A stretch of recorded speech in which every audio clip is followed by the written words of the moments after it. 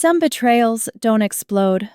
They whisper, quietly, patiently, until you finally hear the truth you've been trying not to notice. I used to believe that love, real love, could survive anything. Long hours, financial stress, mismatched ambitions, all of it. I thought commitment was about choosing each other every day, even when everything felt uncertain. And for a while, I truly believed that was what we were building. A future, a home, a life together. But the strange thing about deception is how ordinary it looks from the outside. It hides in the small details, the late-night excuses, the sudden distance, the careful half-smiles delivered like apologies without words. When my fiancé began to pull away, I didn't want to see it. I didn't want to question the man I had promised to marry. I thought doubt was disloyalty. It took a single forwarded email, one I was never supposed to read, to unravel everything. What I found wasn't a misunderstanding or a rough patch. It was a plan, a strategy, a quiet blueprint of how he intended to use our wedding and everyone who loved us to secure a future he didn't intend to share with me. It wasn't heartbreak that hit me first. It was disbelief. A sharp, cold disbelief that turned my hands numb and rewrote the story I thought I was living. This is the story of how a woman who almost lost herself in someone else's promises found her way back. Through truth, through pain, through a kind of strength she didn't know she had. It isn't a revenge story. It's a reclaiming. And if you've ever stayed too long in a love that asked you to shrink, or trusted someone who used that trust as currency, maybe you'll see a piece of yourself here. If this opening moved you, make sure to subscribe so you never miss the next chapter. Morning light slid across the small kitchen like it had been rehearsing for years, catching the cream-colored wedding invitation lying beside the coffee maker. I stood there barefoot, listening to the soft hum of the refrigerator and the lazy whirl of the ceiling fan, letting the scent of fresh grounds warm the room before I even touched the mug. My fingers brushed over our embossed names, mine steady, his a little too ornate, as if the font had tried harder than he ever did. The paper was heavier than it looked, that kind of expensive weight meant to feel like a promise. I traced the curve of the letters, the way I used to trace the curve of his cheek, slowly, almost ceremonially, as if by touching it I could make the day feel real. But the longer I stood there, the more the silence seemed to crowd around me, leaving me unsure whether the invitation felt like anticipation or warning. I moved through the morning the way I always did, coffee, toast, keys. But my mind ran its own inventory. Florist confirmed, cake deposit paid. Venue locked in 6 months ago because good weekends disappear fast. Every item checked off felt like another brick in a wall I'd been building on muscle memory alone. I'd spent the last year balancing budgets, spreadsheets, and a carefully folded stack of receipts the way some people balanced bouquets. It was supposed to feel exciting, a countdown to the next chapter. But instead it felt like I'd become the project manager of my own fairy tale, constantly checking whether the dream was still intact. Somewhere between gathering my things and tying my hair back, I wondered why joy needed so many signatures. I told myself it was normal. Big events take work, but the truth slipped in anyway. I was tired, and weddings weren't supposed to feel like closing a quarter. Just as I slipped my shoes on, my phone buzzed against the countertop. "Ethan, we should talk tonight." No emojis, no follow-up. Just the kind of message that makes your pulse trip over itself before you can pretend you're fine. I stared at it for a beat too long, trying to read tone in neutral text. Was he stressed? Worried? Or was this one of those we need to get on the same page talks couples were supposed to have before exchanging vows? I exhaled through my nose, forcing a shaky laugh as if someone else were in the room to hear it. "It's probably nothing," I told the teapot, the cupboards, the fan. A part of me believed it. A smaller, quieter part didn't. That part had been whispering to me late at night, just after the email pings and just before sleep crept in. But I had kept brushing it off. Love makes you generous with your doubts. On the drive to work, I replayed the last few weeks like a voiceover in a movie I didn't remember auditioning for. Ethan had been tired lately, real, shoulder-sagging tired. He said work was swallowing him whole, that he had to secure a few more connections before the wedding. "So we're not struggling later," he'd said, kissing the top of my head in that practiced way that made me want to take care of him and forgive him at the same time. I'd chalked it up to pressure. Men get weird before big commitments. At least, that's what all the older women at the grocery store told me. And I believed them. Or maybe I wanted to. I'd been holding his exhaustion like a fragile secret, thinking if I treated it gently enough he would come back to himself. And to me. Maybe tonight's talk would just be him saying he needed a break, not from us, but from the noise. Before leaving the kitchen, I turned back to the invitation one more time. Something about it felt off. It was beautiful, the kind of stationery people save in scrapbooks, but beauty didn't stop it from looking strangely misplaced on the cool stone countertop. Maybe it was the light, or maybe it was the mood I'd put myself in. But for the first time since we got engaged, the invitation didn't feel like a beginning. It felt like a placeholder. A pretty one, sure, but still just paper waiting for 2 signatures that didn't feel as synchronized as they used to. I reached out and nudged its edge, watching the shadow tilt diagonally across the counter. Strange how a small shift could change the whole picture. Strange how easily something that once felt permanent could look temporary in the morning light. Just as I grabbed my bag, my phone buzzed again. 3 soft vibrations in quick succession, before going still. The screen lit up from across the room, casting a faint glow on the counter. New email. I glanced at it from afar but didn't pick it up. Whatever it was could wait. I wasn't emotionally equipped for surprises before 9 a.m. So I shoved the phone deep into my pocket, tightened my grip on the strap of my bag, and stepped out the door. I didn't know it then, but those 3 vibrations would be the first crack in the picture I'd been clinging to. The drive to the small grocery store where I worked had become muscle memory. Same route, same cracked sidewalk near the corner bakery, same flicker in the streetlight that never got fixed. But that morning my thoughts slipped backward to the first time I met Ethan. He stood at my register counting bills like he was deciphering ancient script. When he came up short, he flashed a crooked smile and said, "I swear I'm better at human emotions than numbers." I remember laughing, the kind of laugh that made strangers turn their heads. We fell into an easy rhythm after that, him showing up more often than any grown man needed to buy granola bars, and me pretending not to notice he always chose my line. Back then, everything about us felt simple, spontaneous. The kind of beginning that made people believe in luck. I sometimes miss how the small moments felt bigger than the future.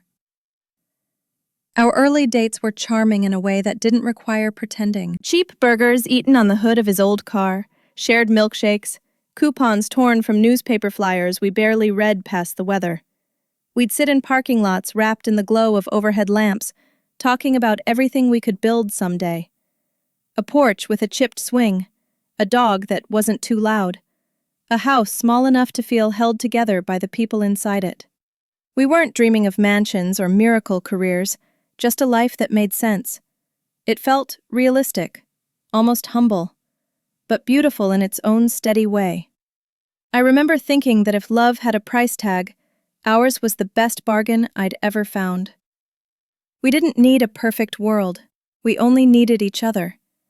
At least, that's what I believed back then, when hope wore the shape of something you could afford. I once told Ethan about my family, how my father died too early, how my mother learned to live with the kind of loneliness that hangs around the edges of a house. I told him about the jobs I'd worked, the nights I stayed late to save every spare dollar for a future I hadn't fully pictured yet. He listened quietly, the way some people pray, focused, soft, reverent. He said, "You've carried enough, let me shoulder the rest." I wanted to believe him. I did believe him. There were nights he sat beside me as I shuffled through overdue bills, his thumb tracing circles on my knuckles as if that alone could keep the lights on. In those moments, I mistook comfort for certainty. I thought a man who held my hand through late fees was a man who would hold it through anything. But promises feel different when whispered in candlelight than when tested in daylight. Still, some things never settled right.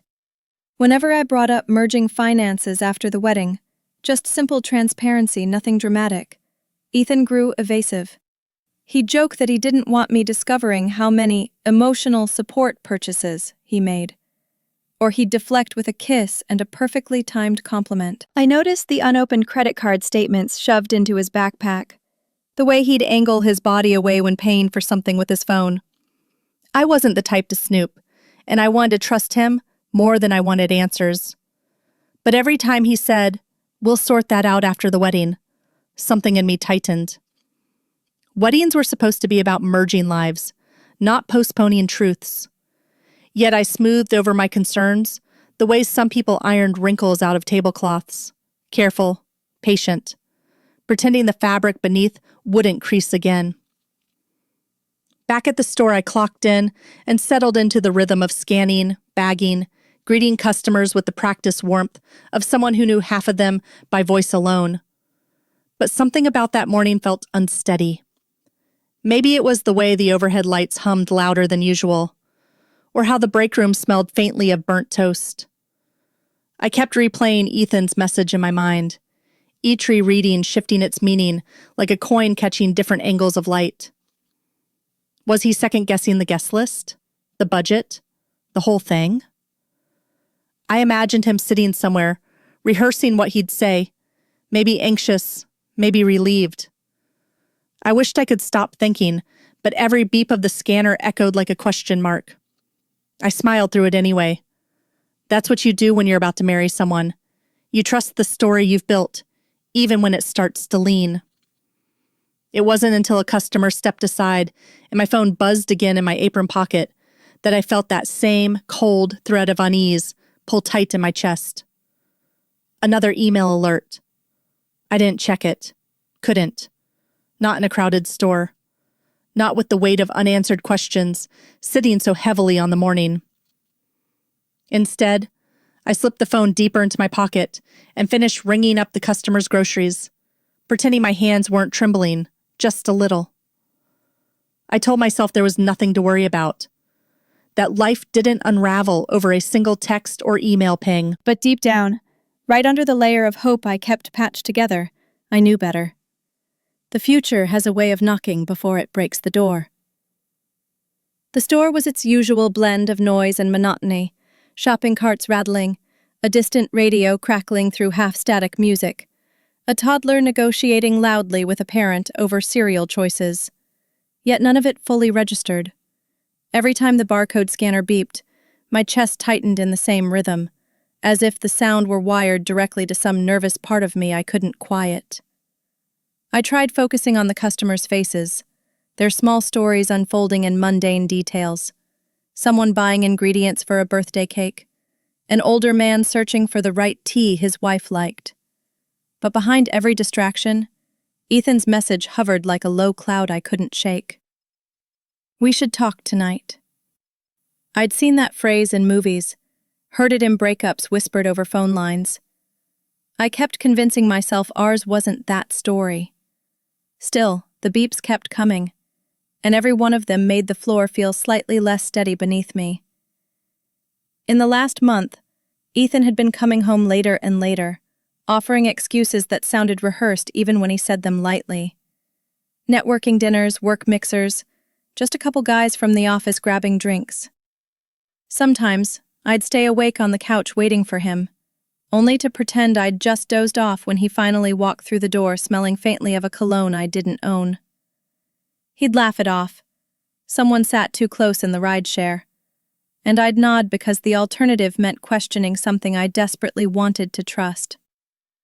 I'd been telling myself weddings were stressful, that people stretch themselves thin trying to prepare for a future built from two different lives.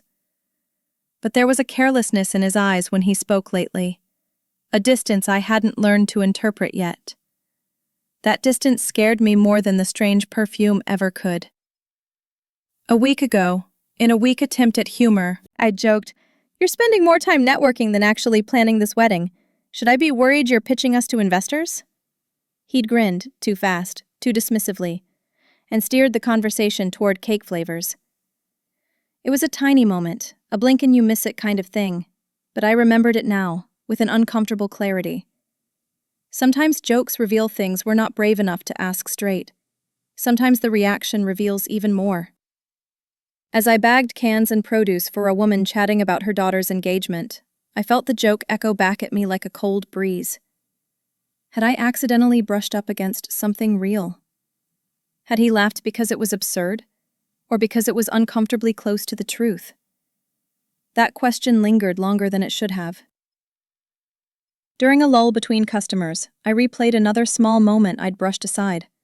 Ethan refusing, yet again, to look over wedding finances together. After the big day, he always said, as if transparency were a gift he would bestow once rings were exchanged. I remembered the unopened envelope stuffed in his drawer, the credit card notifications he swiped away before I could glimpse the amounts. I'd let it go, because love demanded trust, and trust meant not investigating every uneasy feeling. But now, standing beneath the sterile store lights, I wondered if I'd been naive in the most dangerous way. Not naive about love, but about partnership. About the belief that building a life with someone meant facing the numbers side by side, not dragging them behind you like baggage they never wanted you to see. My thoughts spun tighter when a regular customer, a quiet woman who worked as a local accountant, paused at my register and said casually, "Wedding coming up, right? Congrats!" I nodded, grateful for the small kindness. Then she added almost playfully, "You know, some folks treat weddings like investment rounds these days. Money in, money out." She laughed, but something in her tone sent a cold thread sliding down my spine. I tried to laugh too, but it came out thin, brittle. Her comment wasn't accusatory, just observational. But it struck too close to something amorphous and dark I hadn't dared to define. She left with her neatly bagged groceries and I stood there, pretending the chill in my body was from the freezer aisle. If only it had been that simple. By the time my shift neared its end, another email ping vibrated through my pocket. I didn't even take the phone out this time, I just stood there, staring at the checkout conveyor belt, trying to swallow the rising suspicion that my life was shifting under my feet in ways I couldn't yet see clearly. People say instincts whisper before they scream. Mine had been whispering for weeks. That afternoon they were finally starting to raise their voice, and for the first time, I didn't try to quiet them. By evening the house felt too quiet, like it was holding its breath with me. I set 2 glasses on the kitchen table, a small gesture that felt almost ceremonial, as if preparing for a conversation required props. The wedding invitation still lay where I'd left it that morning, glowing softly under the warm overhead light. I'd stared at those embossed letters so many times they felt etched into my peripheral vision. As the minutes inched forward, my chest tightened in anticipation, though I kept telling myself it was nothing more than nerves. I checked the clock, straightened the table, wiped a non-existent smudge off a coaster. When you love someone, there's a strange instinct to create order before chaos arrives, as though a tidy room can brace you for the truth. But by the time I heard his car pull up, my hands were already trembling. Ethan walked in later than he promised, his shirt rumpled, his hair slightly disturbed by wind or restlessness. I couldn't tell which. He didn't bring anything with him, not even the cheap wine he used to grab for our big talks. It made me notice the absence of effort before I even realized I was cataloging it. He sat across from me, folding his hands together like someone preparing to confess something unpleasant. His shoulders slumped in a way I'd never seen, not even during the worst weeks at work. There was no kiss on my cheek, no casual smile, no question about my day. Just a quiet tension settling between us, thick enough to touch. For a moment he stared past my shoulder, as if searching the room for the right exit. Then he finally met my eyes, and the look he gave me felt like a warning.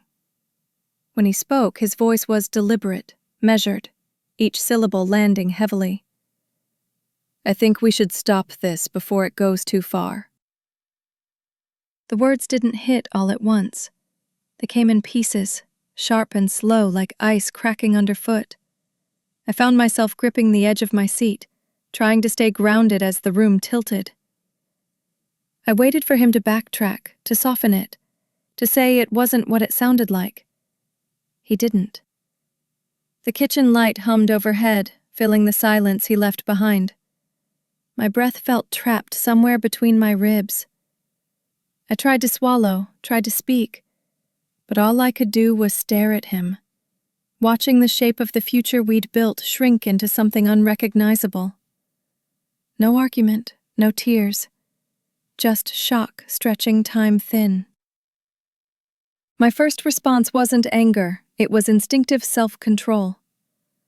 I placed my hands flat on the table to keep them steady. "Why?" was all I managed. He exhaled like he'd been preparing for the question, like his answer was something he'd practiced in a mirror or rehearsed with someone else. He talked about stress, about feeling inadequate, about not wanting to drag me into his financial mess.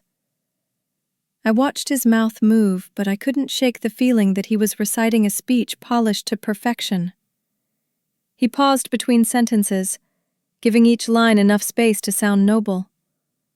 I listened anyway, trying to decipher which words were real and which were cushioning the blow. Beneath everything he said there was a hollow ring, the kind that made my pulse quicken. My instincts, those whispers I'd been ignoring, finally stirred louder.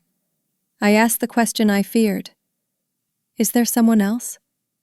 It came out calmer than I felt. He hesitated, not long, but long enough to stain the silence. Then he offered an explanation that felt too smooth, too sanitized. Something about meeting someone who understood him, someone whose world aligned better with his. He never said her name. He didn't need to. A chill spread through me, not jealousy, not heartbreak, but clarity. The kind that strips away illusions like peeling old wallpaper. He spoke in careful phrases, the kind designed to sound like he was protecting me when he was really protecting himself. I realized then that he had walked into this conversation with the exit already chosen, and nothing I said could change its direction. His version of the truth was dressed up, packaged neatly, but the ugliness behind it seeped through anyway. While he talked, his phone lay face down on the table, but a faint glow pulsed from its edges. An incoming message illuminating the wood grain in an accusatory streak. He tensed slightly, pretending not to notice. I did. It wasn't the light itself that hurt. It was what it confirmed. A truth I'd been circling without wanting to touch. The room felt colder, as if the light had exposed something I could no longer ignore. He cleared his throat, ready to continue justifying himself, but I stopped listening. Somewhere between that pulse of light and the quiet tremble in his voice, I understood. The conversation wasn't about saving anything. It was about closing a chapter he'd already abandoned, and I was just now realizing I had been the last to know. I didn't raise my voice. I didn't accuse him or cry or reach for the closest sharp object, the way some dramatic version of me might have in a lesser story. I simply asked, "Is there another woman?" The question felt heavier leaving my mouth than it did sitting in my mind. Ethan froze, his eyes darting for a microsecond, just enough for the truth to slip through the cracks of his expression. He tried to hide it, to wrap it in hesitation. But hesitation is its own confession. "I'm talking to someone who can help me with things," he muttered. The phrasing was so carefully chosen, it hurt more than if he'd said yes outright. I sat there absorbing his half-truths, letting them settle in the space between us like dust that would never quite clean off. The air thickened with something undeniable, something I could no longer rewrite. He slipped once, just once, and referred to her as she. The word landed with the precision of a knife placed deliberately on a table. She understands my world better, he said, voice thinning. My mind registered the slip slowly, like a film reel catching on a damaged frame. She, the unnamed benefactor, the invisible tether pulling him somewhere I didn't belong.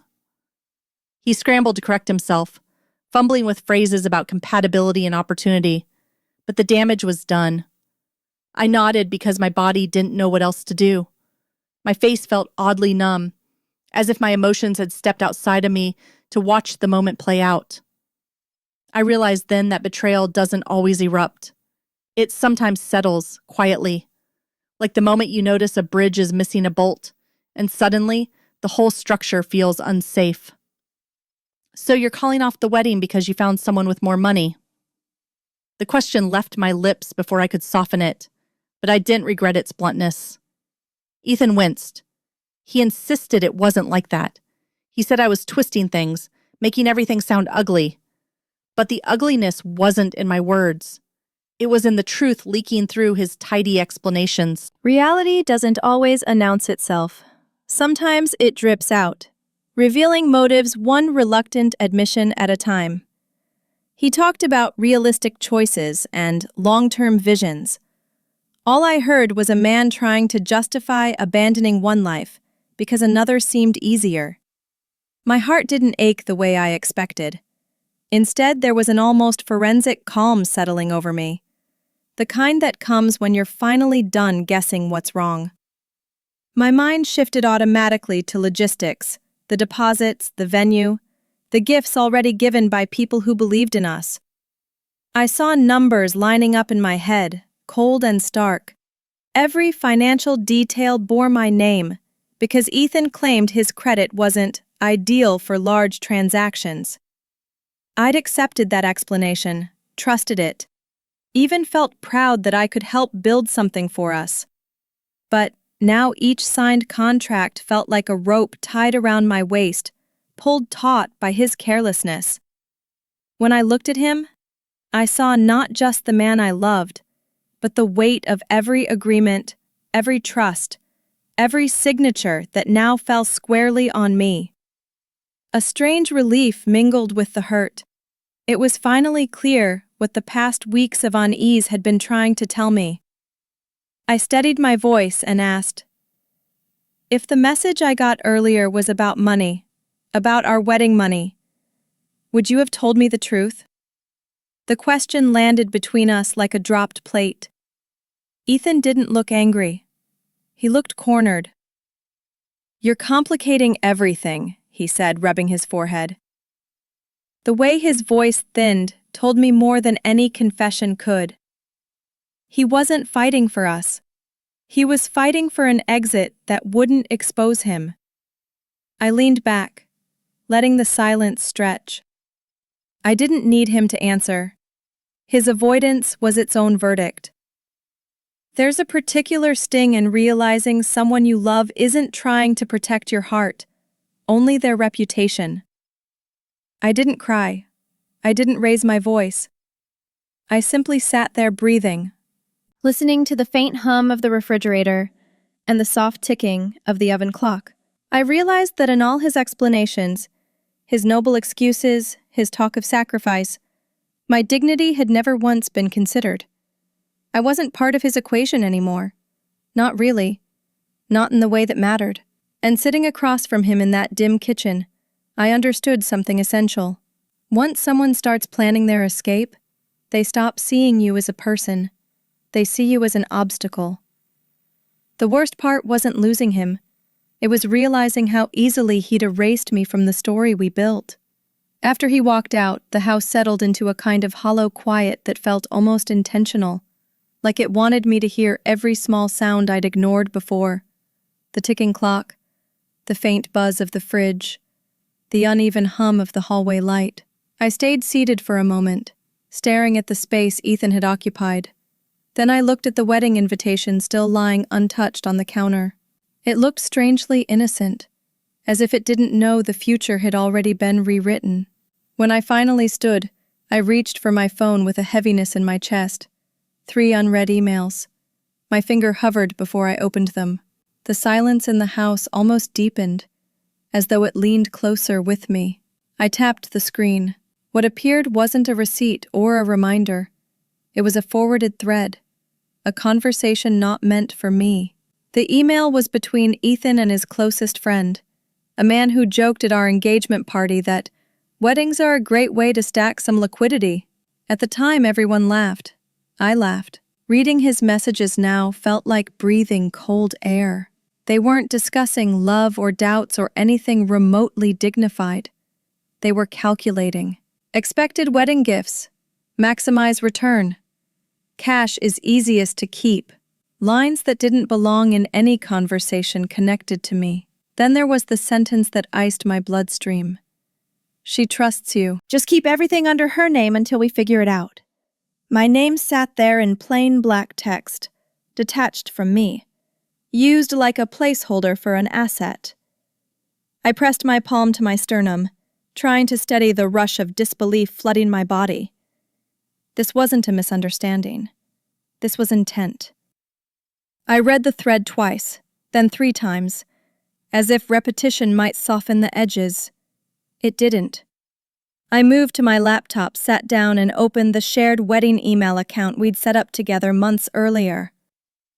I remembered how hopeful I'd felt then, designing filters and folders for RSVP lists, vendor quotes, little notes from people who loved us. Now the inbox looked different, more like a minefield. I began opening folders methodically until something caught my eye. A hidden folder buried under layers of filters and automated rules. It had a name that made my stomach tighten. Wedding_plan. I clicked it, unsure whether I wanted truth or ignorance more. Inside were spreadsheets and forwarded conversations, organized with a meticulousness I'd never seen from him in any part of our actual relationship. The precision hurt more than the content. Rows of numbers filled the screen, each tab color-coded. Estimated cash gifts from my family, my coworkers, my friends. People who had never questioned us, who handed us envelopes with soft smiles and warm hopes. The section labeled his side was sparse, almost empty. There were notes about timing, about which deposits should remain in my account to avoid questions, about canceling close to the date for maximum retention. I felt something in me go very still. Not broken, just quiet. A quiet that comes when a truth rearranges your understanding of everything that came before it. I scrolled slowly, inhaling through the urge to tear the whole laptop off the table. But anger wasn't ready yet. What arrived instead was clarity. Cold, sharp, unmistakable. Somewhere in this mess, I had lost track of myself. My finger hovered over another thread, this one between Ethan and the unnamed woman. I opened it. The emails were brief, strategic, almost transactional. He wrote about feeling burdened by my financial limitations, about wanting a future with more opportunity, about her ability to elevate his life. The words weren't romantic. They weren't even emotional. They were logistical, as if he were drafting a proposal, not ending an engagement. Not once did he mention love or hesitation or guilt. I stared at the screen until my eyes blurred, the blue light bleeding into the corners of my vision. I wasn't crying. My body had gone into the same calm it used when lifting heavy boxes at work, a functional detachment. It almost scared me how steady my hands were. I created a new folder on my desktop and named it something simple, for myself. Then I began saving every screenshot, every email, every spreadsheet. Not out of vengeance, not even out of fear, but because something inside me had shifted. I was no longer trying to salvage a relationship. I was collecting the truth I needed to protect my future. When the last file finished saving, a new email arrived with a soft vibration. Sharp, metallic, final. I didn't check it right away. Instead, I sat back, exhaled slowly, and let the moment settle. For the first time since our engagement began to fracture, I wasn't confused. I wasn't doubting myself. I finally understood the story I'd been living in, and how much of it had been written without me. Inside the hidden folder, an entire architecture of planning unfolded, one I had never been invited into. The spreadsheet wasn't a casual list. It was a map of expectation and extraction. My family's names lined the columns, each attached to estimates of what they might gift, as though their generosity were predictable income streams. My co-workers, people who'd slipped me cards during lunch breaks and hugged me tightly in the stockroom, were listed beside neat little dollar ranges. In the column marked his, there were only 2 or 3 vague entries, accompanied by notes about how her side should cover most costs anyway. The bluntness of the words made me sit back, air catching in my throat. I'd always prided myself on being steady, practical, balanced. But seeing my life broken into transactions made something cold settle beneath my ribs. This wasn't a misunderstanding or a lapse of judgment. It was calculation. Another document contained short chat logs, screenshot after screenshot. There it was in writing. Even if we cancel, people rarely ask for wedding gifts back. His friend responded with a thumbs-up emoji and the line, "You'll still come out ahead. Just play it right." The casualness of their tone was the part that gutted me. Not the words themselves, but the breezy confidence, as if the morality of it all had never crossed their minds. I scrolled further, finding notes about timing, how late we could cancel without raising suspicion, how to frame it so he appeared heartbroken and I seemed overwhelmed. They were crafting a narrative meant to shield him from consequence, to keep him clean while I took on the fallout. For the first time since the night began unraveling, anger flickered, small but unmistakable. I clicked into another thread, one I had hesitated to open. Messages between Ethan and the other woman. Their exchange wasn't romantic or intimate. It was disturbingly pragmatic. He wrote about transitioning into a better partnership, as if love were a company merger. He mentioned opportunities she could open up, how aligning with her could accelerate his trajectory. My name appeared once, not as a person but as an obstacle. She's good, but her situation caps what we can build. My stomach tightened as I read the words again. Her reply was short, polite, and chilling. Handle things cleanly. I imagined her reading his messages, believing she was stepping into a future built on honesty or ambition, not realizing she was stepping into the ruins of something he'd gutted from the inside. I didn't pity her, but I recognized the woman she thought she was, before I knew the woman I was becoming.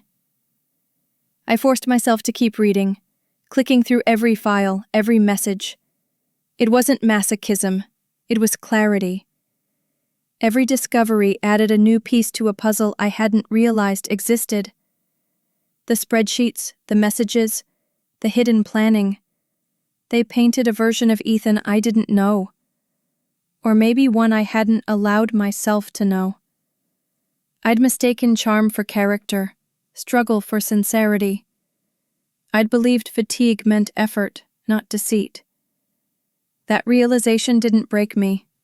It steadied me, like tightening a knot. I wasn't going to collapse under the weight of this new truth. Instead, I felt myself beginning to rise in the quiet, deliberate way a person does when they decide to stop defending someone else's choices. I knew what I was looking at now, and I knew I needed to protect myself from it. I opened one last archive, A folder of voice memos, mislabeled enough that I almost missed it. They weren't recordings of us. They were recordings of his own notes, his own justifications. Ethan talking to himself late at night, muttering about money, about needing a break, about not wanting to be held back. He sounded tired, yes, but also entitled in a way I had never heard. He spoke like a man owed something, like stability should be served to him on a platter curated by others. Hearing his voice stripped away the last illusions. It was strange, unsettling even, how quickly the version of him I loved dissolved in the presence of his unfiltered honesty. I played one memo twice, not because I needed proof, but because I wanted to remember the moment I finally stopped making excuses for him. When I was done, I sat back, the room dim except for the glow of the laptop. I didn't feel shattered. I didn't feel devastated. I felt something calmer, colder, more precise. Resolve. I created a new folder inside the one I'd labeled for myself and began sorting everything logically, documenting every timestamp, every file. I wasn't preparing for war.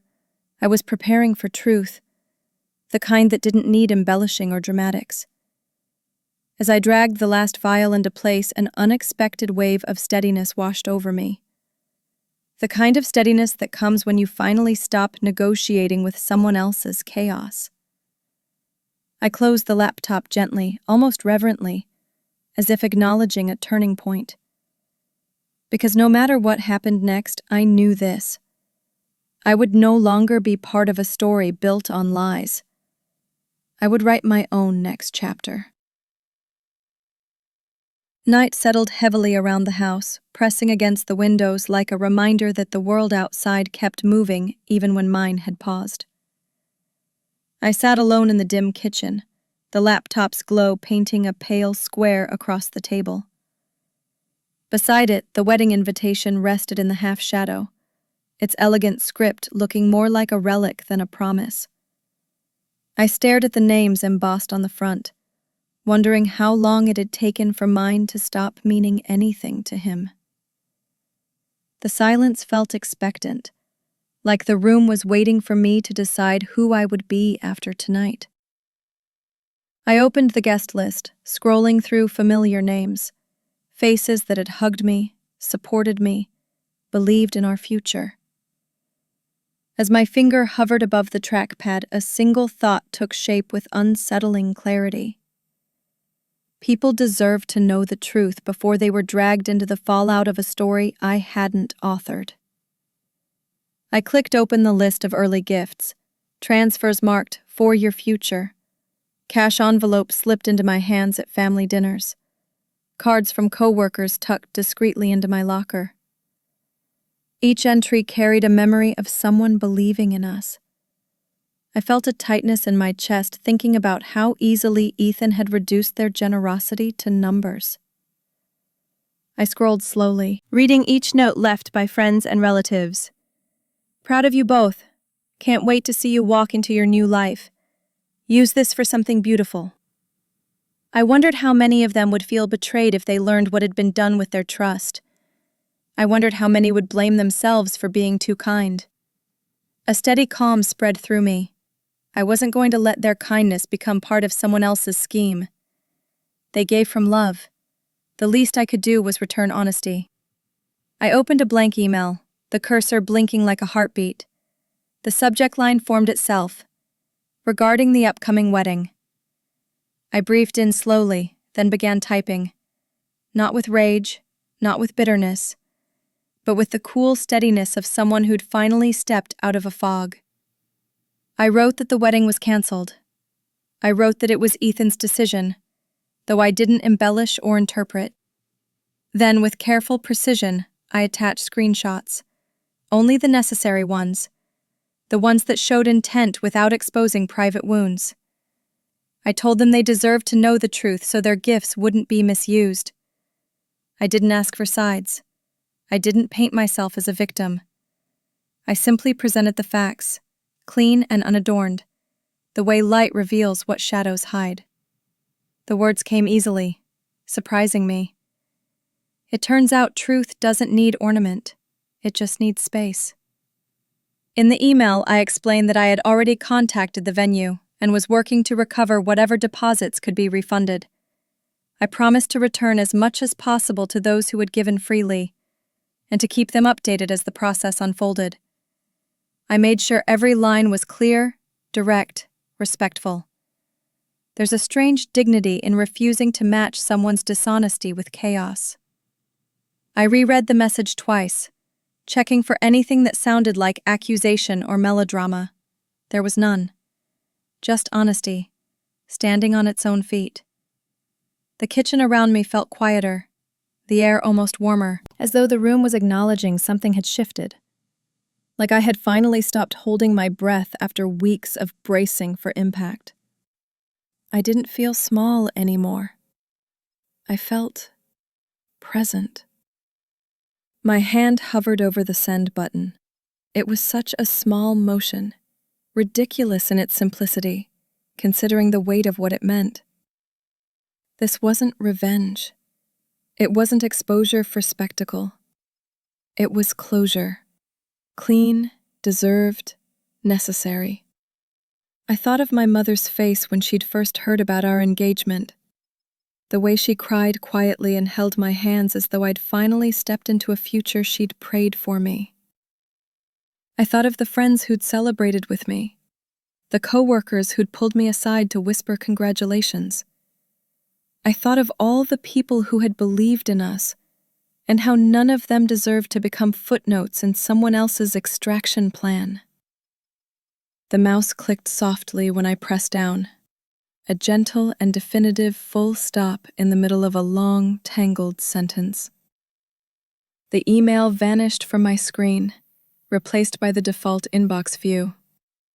For a moment, the room felt impossibly still, like the house itself exhaled with me. I leaned back, letting the chair creak under my weight, and closed my eyes. There was no triumph, no relief, just an even, unwavering steadiness. I'd been pushed into a narrative built on someone else's manipulation. But this part, this choice, belonged entirely to me. I closed the laptop, letting the darkness reclaim the kitchen. The faint hum of the refrigerator sounded different now, less lonely, more alive. Somewhere inside me, something quiet but resolute settled into place. Whatever came next, I had chosen the honest road. And for the first time in weeks, that thought didn't scare me. It felt like the beginning of something honest. Morning arrived earlier than I was ready for. When I opened the store, the small bell above the door chimed its usual greeting, but everything around me felt slightly too bright, too loud, as if the world had woken with sharper edges. My phone buzzed relentlessly inside my bag, vibrating against a pack of receipts I hadn't sorted. I didn't check it. Not yet. Customers filtered in, chatting about weather and weekend plans, unaware of the inbox quietly swelling with replies to the email I'd sent. Each time the door chimed, the phone vibrated again, a strange, syncopated rhythm that made my pulse flicker. I moved through the motions, restocking shelves, straightening displays, trying not to imagine what my family, friends, and coworkers were reading over their morning coffee. But the truth always ripples faster than we expect, and I could feel the tide beginning to shift toward me. When my mother finally called, her voice trembled with emotion, but not the kind that scolds or questions. "I read everything," she said softly. "You did the right thing.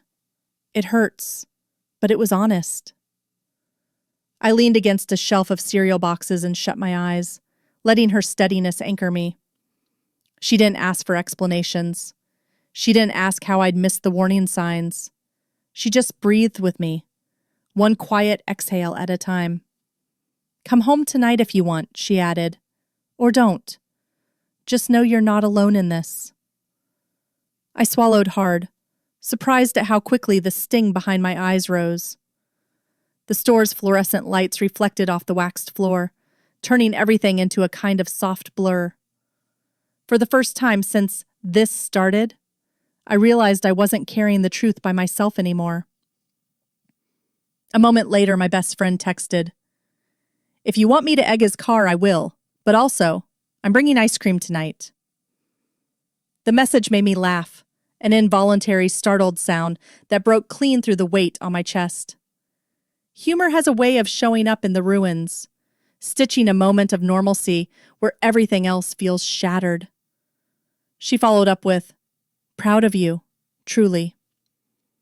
I typed back a quick heart, then slipped the phone away before I could fall apart in the middle of aisle 3. Knowing someone was angry for me, angry on my behalf, softened the ache somehow. It made me feel less foolish, less small. Betrayal isolates you. Friendship pulls you back into the world one text at a time. A few minutes later, replies rolled in from relatives, some shocked, some sympathetic, some quietly furious. One aunt wrote, "Thank you for telling us before it got worse. Take care of yourself first." Another said, "Keep the gift. Use it for something just for you." I imagine their faces reading my email, imagine the blending of disappointment and concern settling across their morning routines. But none of them blamed me. None of them expressed embarrassment for having believed in us. Their kindness washed over me like warm water. For a moment, I wished I could step outside the store, stand under the sky, and let the air clear the heaviness. But duty kept me inside, ringing up groceries while people who loved me rewrote their understanding of my future in real time. By noon, the venue called. The manager spoke gently, her tone a practiced blend of professionalism and empathy. She suggested meeting in person to finalize the cancellation and review which deposits could be refunded. Her calmness helped steady my own voice as I took notes on a scrap of paper near the register. When we hung up, I tucked the paper into my pocket, feeling a sense of progress, quiet, tentative, but real. Each logistical step grounded me, reminding me that the fallout, while overwhelming, was something I could navigate piece by piece. It wasn't just emotional anymore, it was practical. And practicality I could handle. I'd lived my whole life handling what needed handling. When I locked the back door after my shift, sunlight filtered down in gentle streaks, catching the dust suspended in the air. I stood there for a moment, breathing in the scent of cardboard and detergent, realizing that my life had split in two. The before, where I assumed love would protect me from cruelty, and the after, where I understood that protecting myself wasn't bitterness, it was survival. The phone buzzed once more, but this time I didn't flinch. Whatever message waited there could come in its own time. I knew the steps ahead would be messy, painful, exhausting. But as I tightened my grip on my bag and stepped out into the warm afternoon, a single thought rose steady and sure. I wasn't collapsing. I was beginning again. That afternoon, sunlight drifted through the living room blinds in thin, warm slices as I printed everything: emails, screenshots, spreadsheets, the quiet evidence of intentions I wished I had never needed to uncover. Each page slid from the printer with the gentle whir of a machine that didn't understand its role in unraveling a future. The stack grew thicker on the counter, forming a small tower of truth. I gathered the pages neatly, smoothing each one with a steady hand.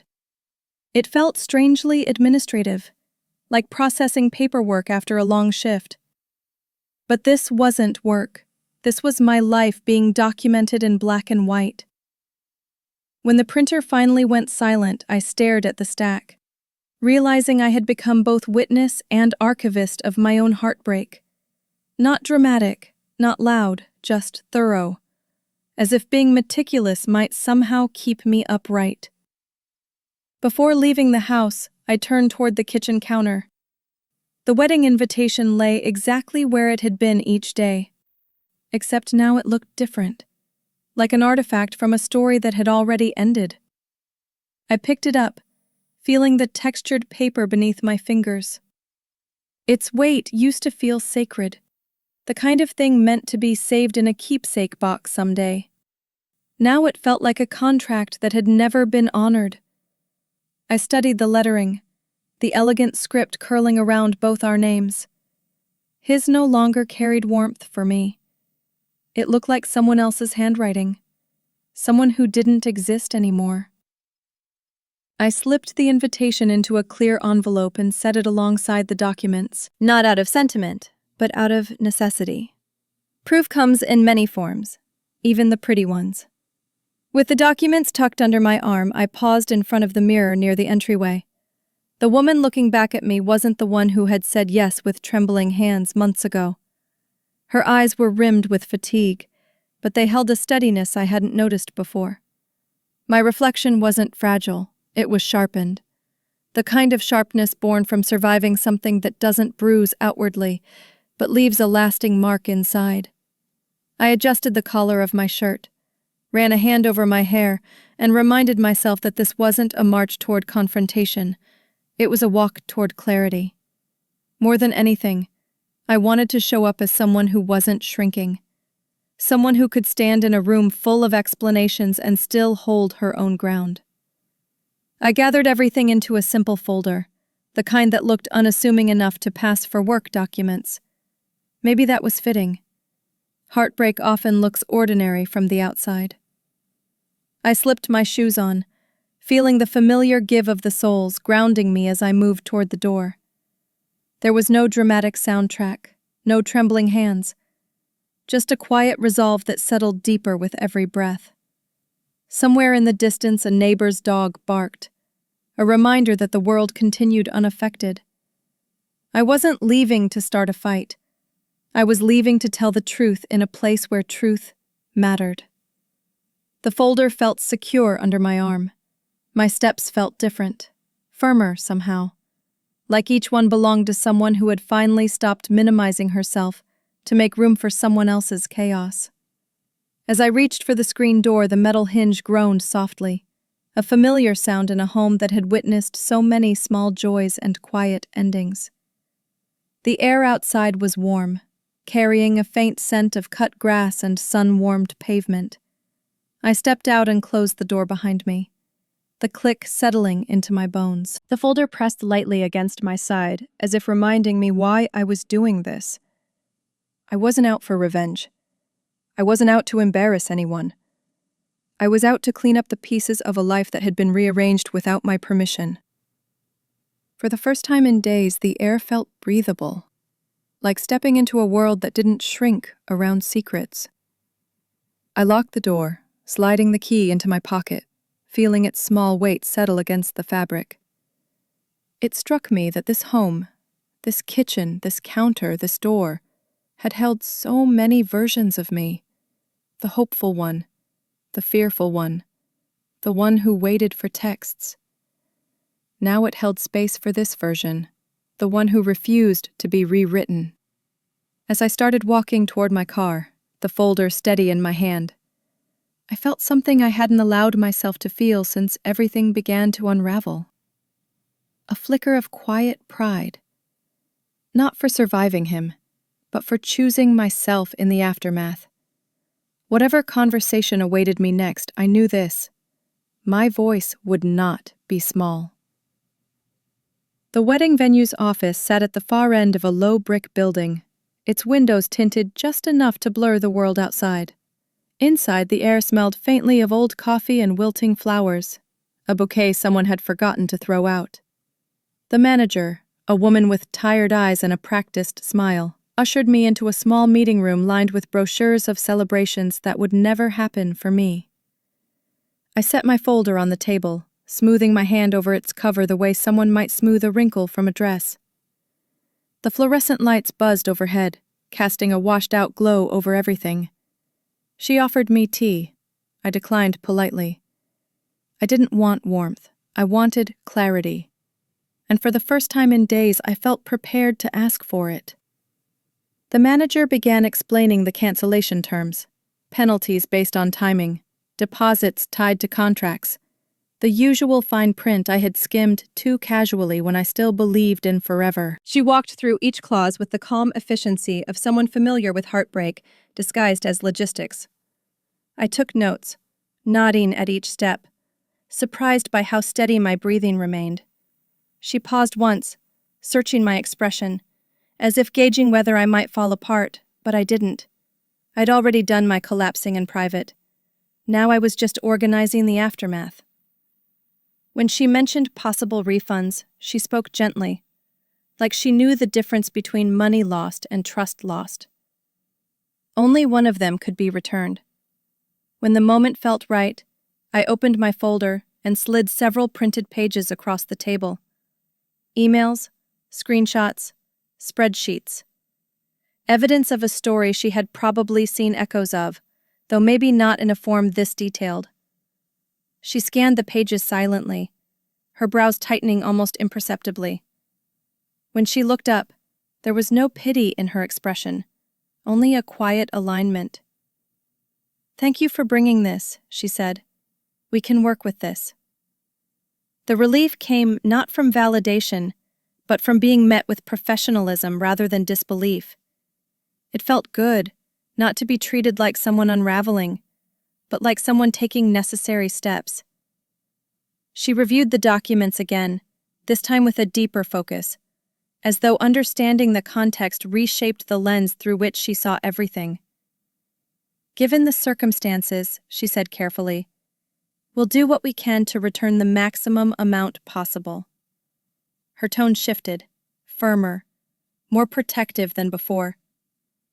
She outlined which deposits were recoverable, which vendors might agree to partial refunds, and which services had flexibility due to the nature of Ethan's misrepresentation. She spoke like someone who had dealt with more than her share of fractured engagements, someone who had learned how to make a soft landing where a hard fall was inevitable. Listening to her, I felt the weight in my chest ease just slightly. We began signing papers, her printing new forms, me initialing lines that once represented a future I'd wanted with my whole heart.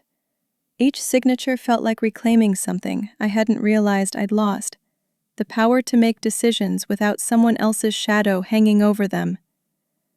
She handed me copies of every agreement, neatly clipped and organized. I tucked them into my folder with the same deliberate care I'd started the day with. This wasn't closure, not yet, but it was a step toward restoring the parts of my life that had been thrown into disarray by someone else's choices. A practical step, but an important one. As I stood to leave, the manager touched my arm lightly, not sympathy, not intrusion, just a human gesture in a moment that could have felt clinical. "You're handling this with more grace than most," she said. "We'll make sure you're taken care of." I nodded, grateful for the straightforward kindness.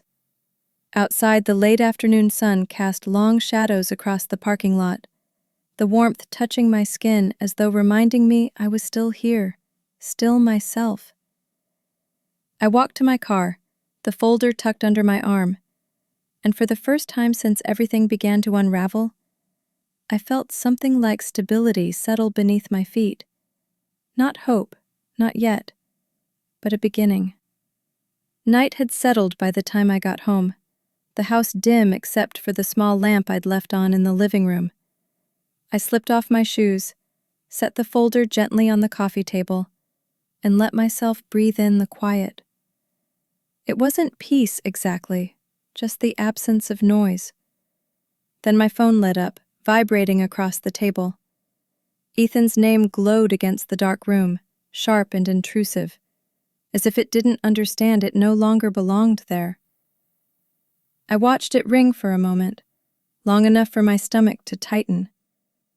Finally, I answered, not out of longing but out of a strange, steady sense of necessity. His voice came through tight, urgent. He didn't greet me. He didn't ask how I was. He dove straight into panic, as though I had upended his world instead of the other way around. "Do you know what you've done?" he demanded, breath uneven. "My family is furious. She's losing it. Everything is blowing up because of you." The word she hovered like static in the air. I sat down slowly, my back straight, the edge of the couch firm beneath my palm. "All I did was share your words," I said, my voice low, controlled. "If the truth is causing problems, that's not because of me." He scoffed, the sound brittle. "You're making me look like some kind of monster." A humorless smile tugged at my lips. "Ethan, I didn't have to make you look like anything. You wrote it all yourself." He didn't respond right away. I could almost hear him searching for a version of the story where he wasn't at fault. He tried shifting the blame next. "You should have talked to me first. You should have asked for my side before blasting everyone with this narrative." His voice shook, the carefully constructed composure he used in arguments slipping. I breathed in quietly. "Your side?" I repeated. "Your emails, your spreadsheets, your timing plans, your friend advising you how to keep the money.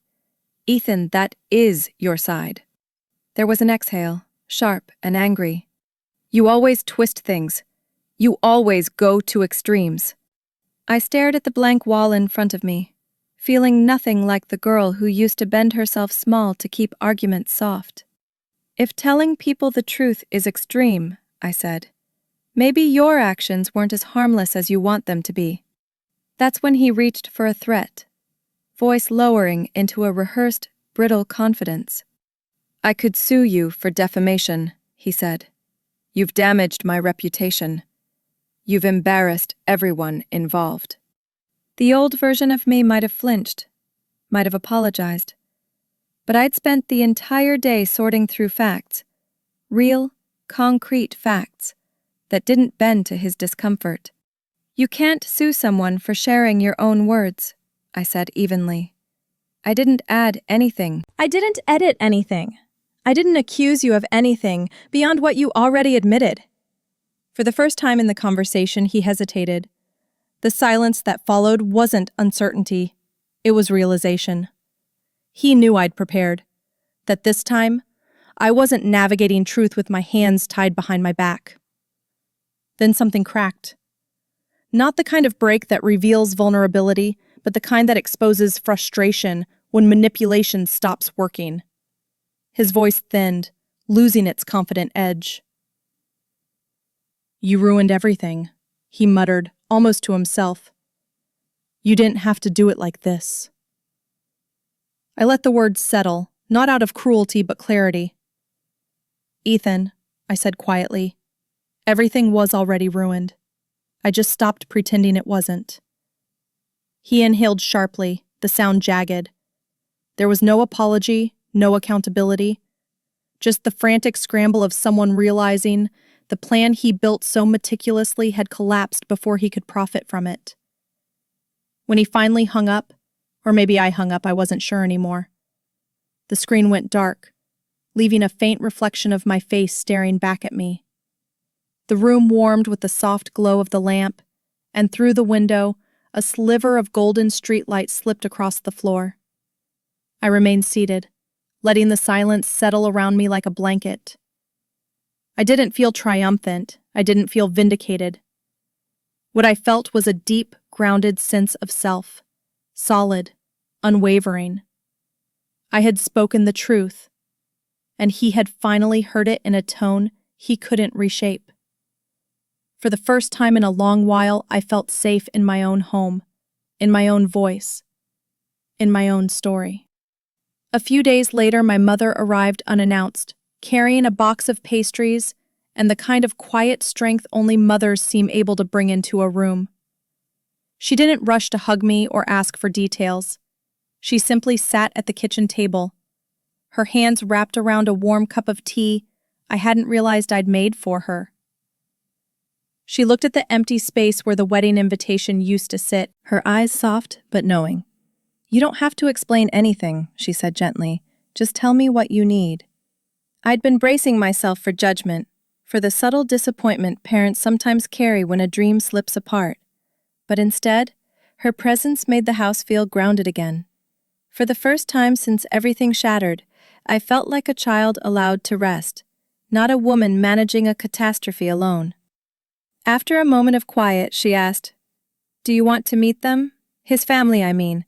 Not to reconcile, just to close the door properly." I didn't answer immediately.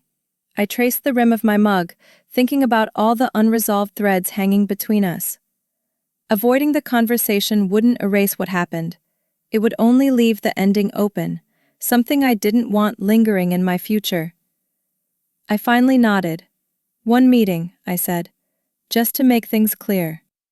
My mother placed her hand over mine and squeezed. "Then I'll go with you." It wasn't a question. It wasn't even an offer. It was a statement of fact.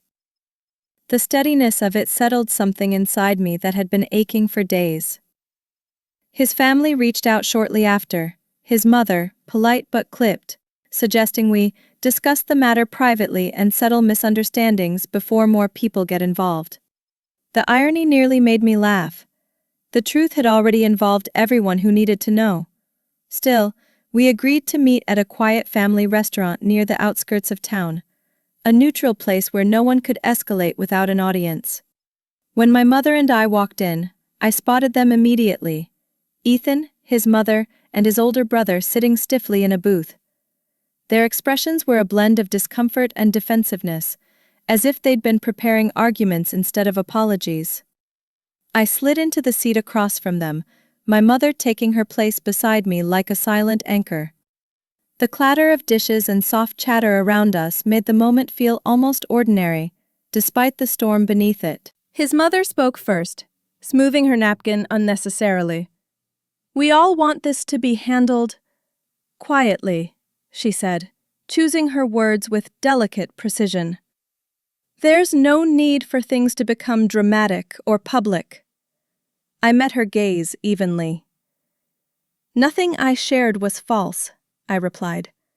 "I didn't embellish anything. I didn't even interpret it. I simply showed people what he wrote."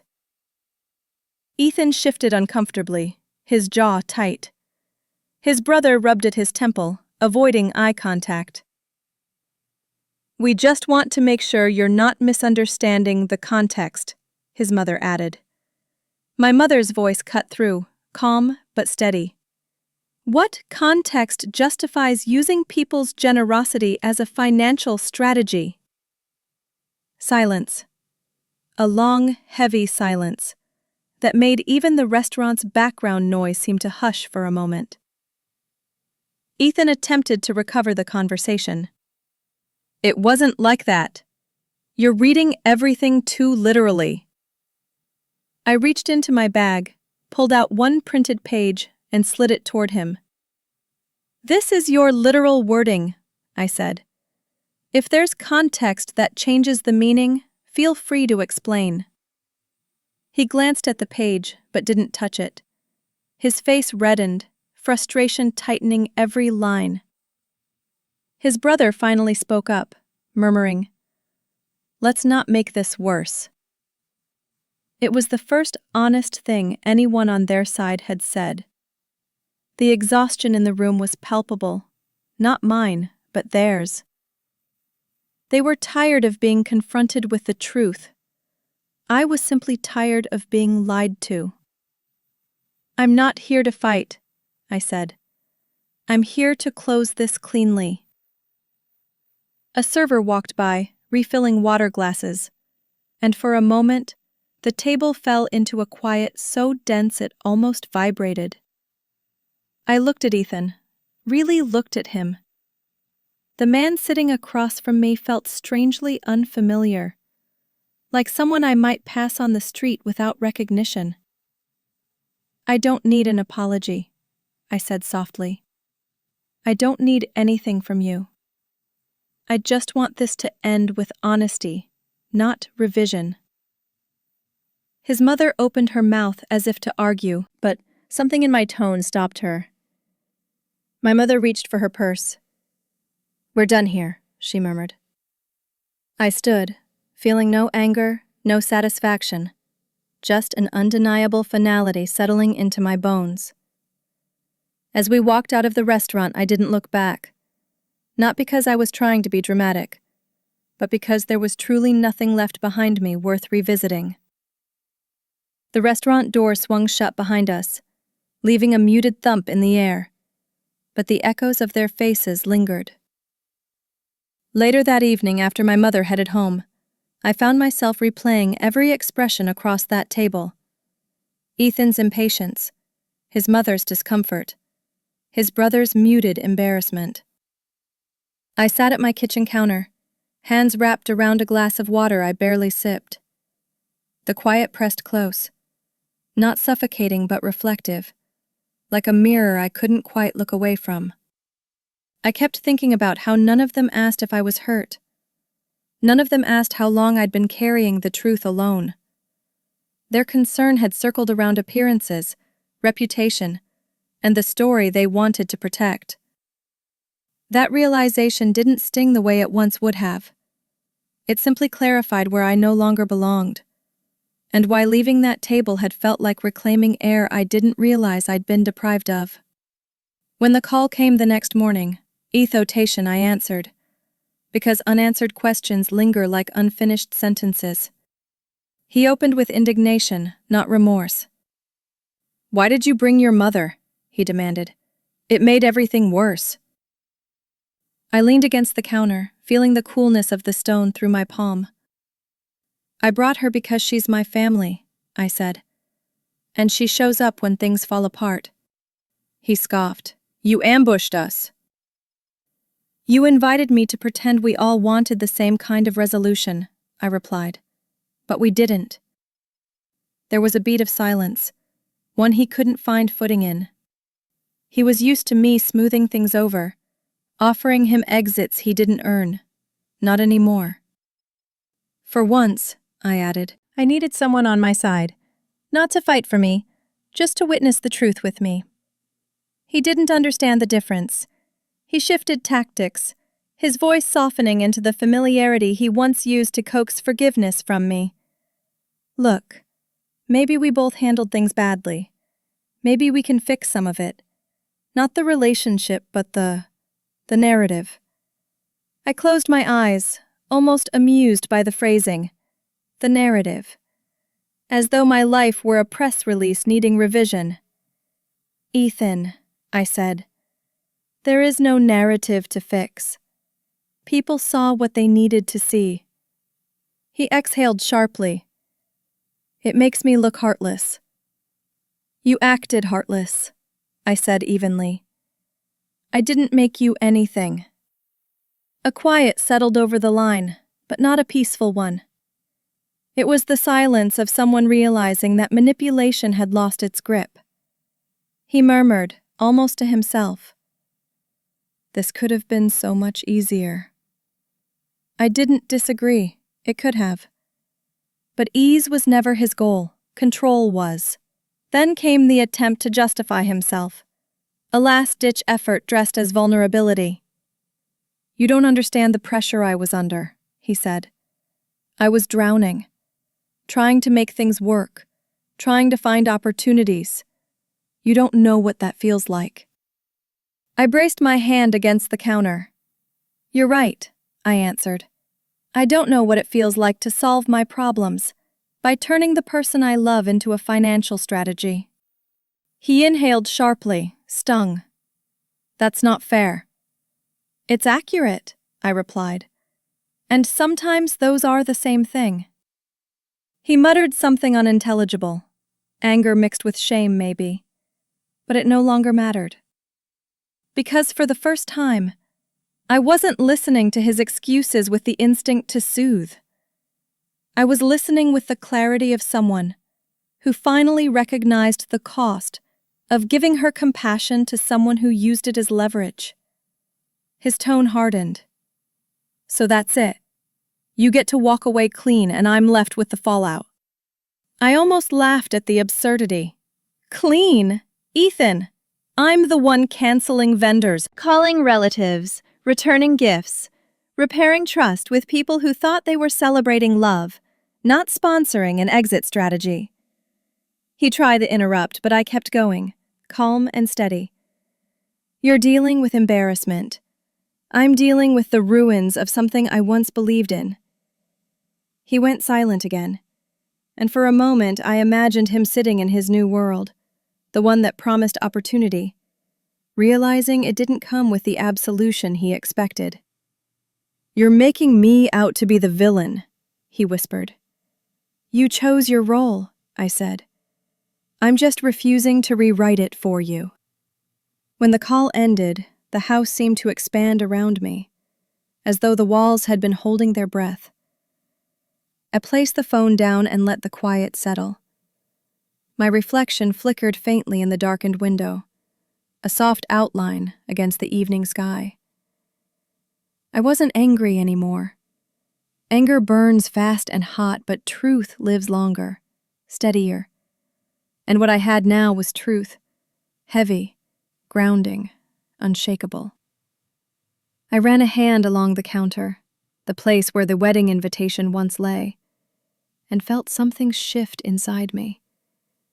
It wasn't closure yet, but it was the beginning of it, a subtle but unmistakable release. I was no longer mourning the version of him I'd loved. I was finally letting her, the woman who loved him, step out of the wreckage.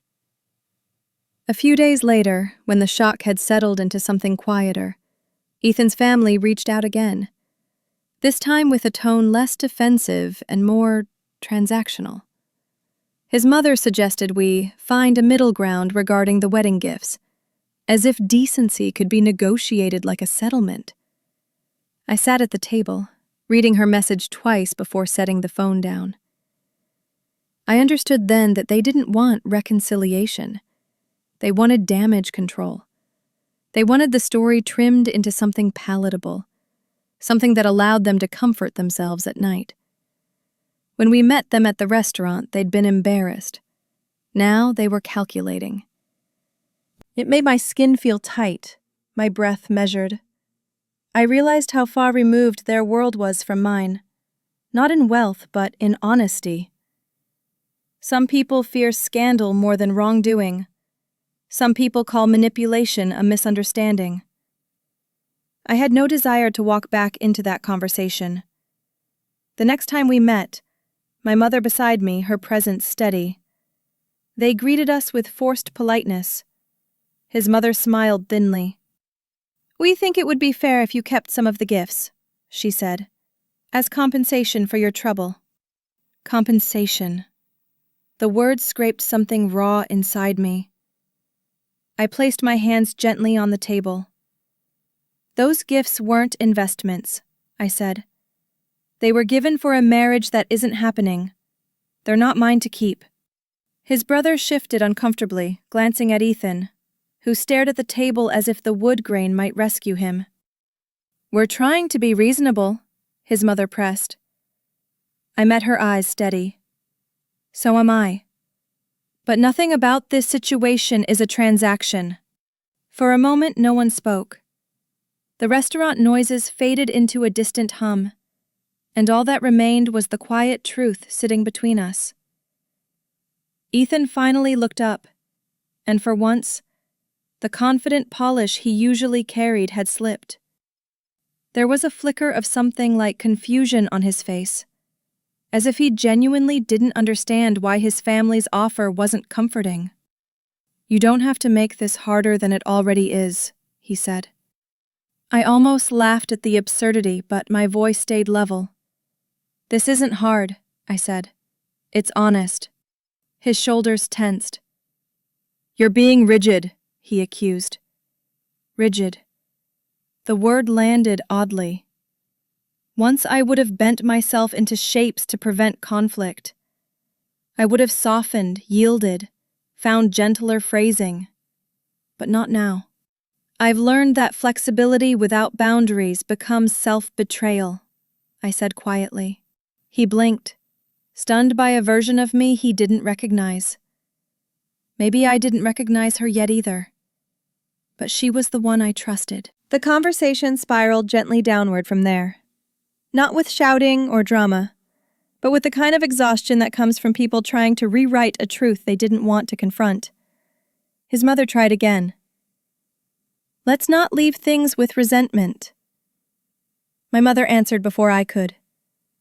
"Resentment comes from dishonesty," she said, "not from clarity." Her words fell like soft stones across the table, quiet, steady, undeniable. I watched Ethan flinch slightly, as if he'd been waiting for me to rescue him from this discomfort, to mediate as I always had. But I stayed silent. He looked at me, searching for something familiar, a softness, an opening, a reason to believe he still had influence over the narrative. But I wasn't an audience anymore. I wasn't even angry. I was simply done. Eventually, I pushed the papers gently toward them. The cancellation confirmations, the refund details, the timeline I'd already coordinated. "This is everything," I said. "There's nothing left unsettled except what you're choosing to carry." His brother took the papers, scanning them quickly, nodding once. "Thank you," he murmured. It was the first and only genuine acknowledgement I heard from their side.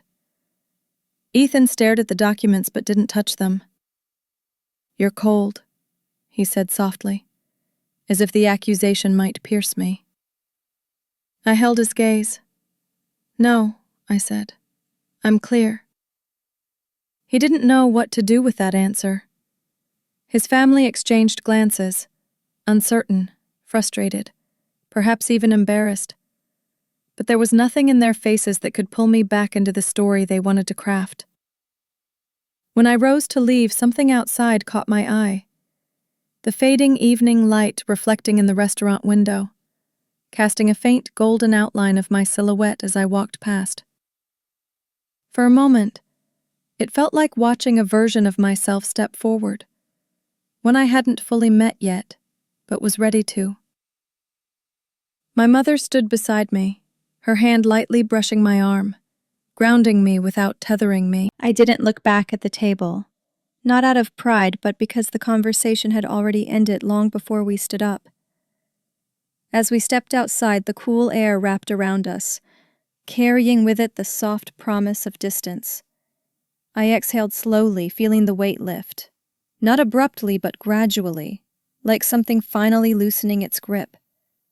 This wasn't triumph, it wasn't revenge, it was a boundary, and for the first time it held firm. The next morning felt strangely quiet, the kind of quiet that doesn't echo loneliness but clarity. Sunlight slipped through the blinds in thin lines, brushing across the floor like soft reminders that life continued, regardless of whose name had once been tied to mine. I made coffee without thinking, muscle memory moving me through a routine my heart no longer resisted. As the mug warmed my hands, I realized something subtle had shifted. The weight in my chest, the persistent tightness of the past weeks, had loosened. Not disappeared, but unknotted. It felt as if my body had finally recognized the truth my mind had accepted days ago. The storm had passed, and I was no longer standing in its center. I stood at the kitchen counter quietly, savoring the unfamiliar lightness.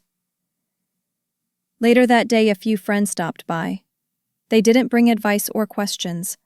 They brought food and takeout bags, and the kind of laughter that fills a home without asking for permission.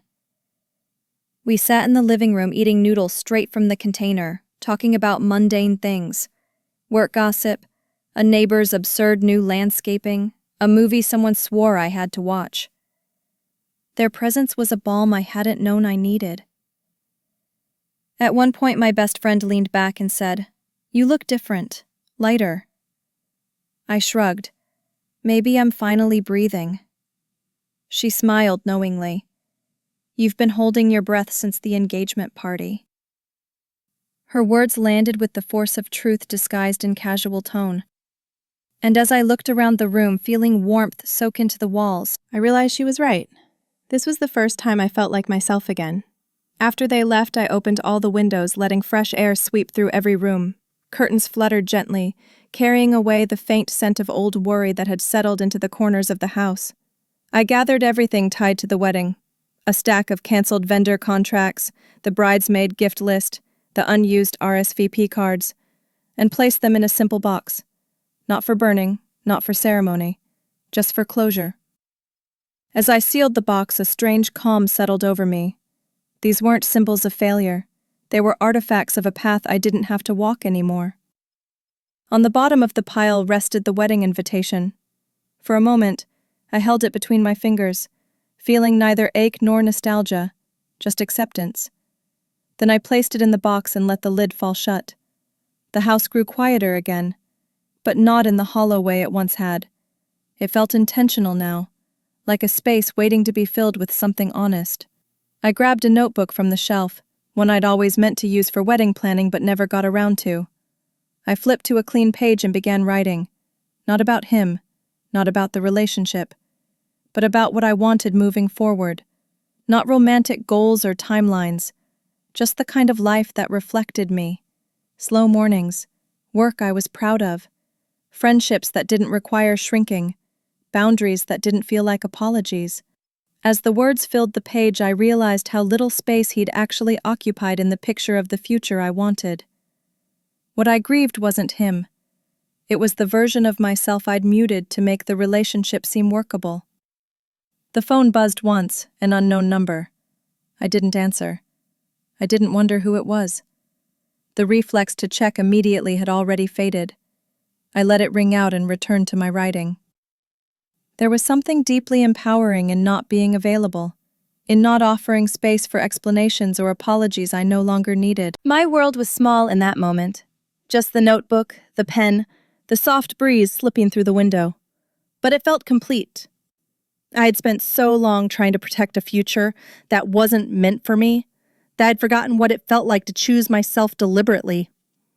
Sitting there, pen moving steadily across paper, I felt a quiet certainty settle in. This chapter wasn't just ending. Something new was beginning, and it belonged entirely to me. As evening approached, I stepped outside onto the porch.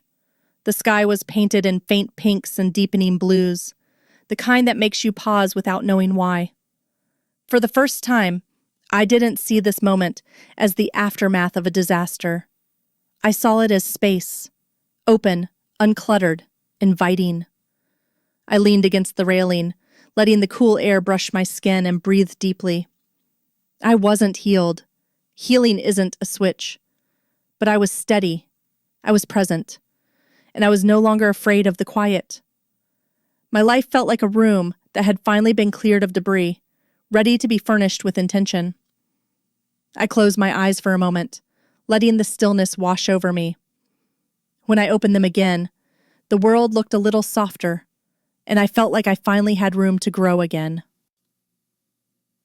It happened on an ordinary afternoon, the kind of day that blends into the next with its quiet routines and simple tasks. I was folding laundry in the living room, the soft rhythm of fabric and breath calming in a way I hadn't felt in months. Then my phone buzzed. Once, twice, insistent. I considered ignoring it, but the persistence felt deliberate. When I picked it up, an unfamiliar number flashed on the screen. I answered without thinking, expecting a telemarketer or a wrong number. Instead, a woman's voice, steady, composed, almost clinical, filled the line. "I think you know who I am," she said. Her tone wasn't confrontational, but it carried a weight that made me sit down immediately. I didn't respond at first. I didn't need to. The silence itself confirmed everything. "I wanted to hear it from you," she continued. "What exactly did you send to his family?" Her voice was sharp, but beneath it was something else. Anxiety maybe, or the early tremor of doubt. I took a breath. "The truth," I said. "Nothing more, nothing less." She exhaled, long and slow, as if she had been hoping for a different answer. "He told me you exaggerated, that you took things out of context." I closed my eyes, almost tired for her. Did you read the emails? A pause. I saw some, she admitted. He explained those. Of course he did. Ethan always had explanations. Look, I said gently. You don't owe me anything. But you do owe yourself honesty. The line buzzed faintly between us, heavy with things she wasn't ready to say. She shifted, her composure slipping slightly. He said you were trying to sabotage his life, that you couldn't handle the breakup. I let out a breath, not laughter, not disbelief, just the quiet exhaustion of hearing a familiar pattern replayed again. Sabotage would require lies, I said. Everything I shared was documented. He wrote it. His friend wrote it. I didn't alter a word. Her silence deepened, heavy enough to feel. He also said you knew about us for months, she murmured. That you were pretending everything was fine while plotting to expose him. I pressed my hand to my forehead. I knew something was wrong, I said. But I didn't know about you, not until the emails. Something in her breathing changed, a small hitch, almost like a crack forming in glass. So he lied to me too, she whispered. It wasn't a question. It was the first truth she allowed herself. Why are you calling me? I asked softly, not unkindly. She hesitated. Because I'm starting to realize I might not be the exception he promised I was. There it was. The soft, painful unraveling I recognized too well. The moment you stop clinging to the version of a person you built in your mind and finally see the one standing in front of you. I don't want your sympathy, she added quickly, her voice tightening. I'm not offering it, I said. But I won't lie to you either. If he used me as a stepping stone, he'll use you as a landing pad. Her breath trembled. He said you'd say something like that. Of course he did, I answered. Manipulation works best when you believe someone else is the villain. The silence that followed wasn't hostile. It was realization. She cleared her throat, as if steadying herself. Did you love him? The question took me off guard, not because I didn't know the answer, but because the woman asking it wasn't my enemy. She was just someone standing in a different part of the same storm. I loved who I thought he was, I said. But that version of him never existed outside my hope. Another pause. A long one. I think he's lying to me too, she finally whispered. I think he's already planning his exit. I didn't confirm it. I didn't have to. She heard her own truth louder than mine. What do I do?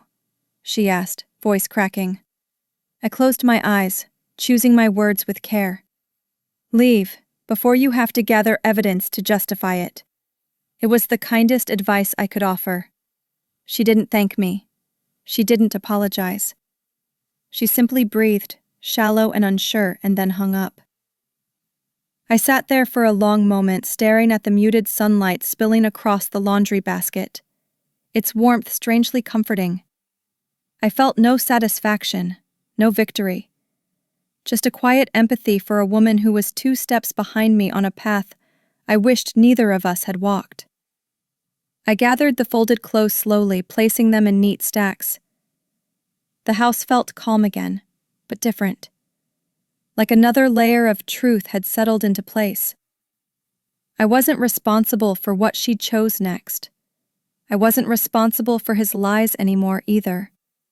As I carried the laundry upstairs, I realized with startling clarity, this wasn't just healing, it was release. The days after her phone call felt strangely still, like the world had shifted a few degrees off its axis without anyone else noticing. I moved through my routines with a sense of gentle detachment, aware that something internal had rearranged itself. I no longer felt the phantom pull of conversations that didn't belong to me. I no longer braced for another ripple from Ethan's orbit. The quiet didn't feel fragile anymore. It felt earned. On my way home from work one evening, I stopped at a small grocery store and bought fresh flowers, something I hadn't done in months. I placed them in a glass jar on the kitchen counter. The brightness surprised me. It gave the room a softness I hadn't realized was missing. Healing, it turned out, didn't always arrive dramatically. Sometimes it slipped in quietly, like light through a half-open curtain. A few friends invited me out for dinner later that week. The restaurant was bright and crowded, filled with overlapping conversations and the clatter of dishes. For the first time in a long while, I didn't feel like I was dragging my sadness into the room with me. I laughed easily, the kind of laughter that didn't feel like a performance. When someone asked if I'd heard from Ethan, the question didn't jab or sting. It simply passed over me like distant weather. "No," I answered, "and I don't need to." The words felt solid, grounded. My friends exchanged small nods, not prying further. They talked about weekend plans, work frustrations, new romances blooming in uncertain ways. And as I listened, I realized I wasn't waiting for my life to start again. It already had. Back home, I found myself scrolling through old photos, not out of longing but curiosity. I wanted to understand the version of myself who had once believed in him so fiercely. The pictures surprised me. I looked happy, yes, but also strained in subtle ways, leaning toward him slightly more, shrinking in the corners of some frames, smiling with a tightness I hadn't noticed at the time.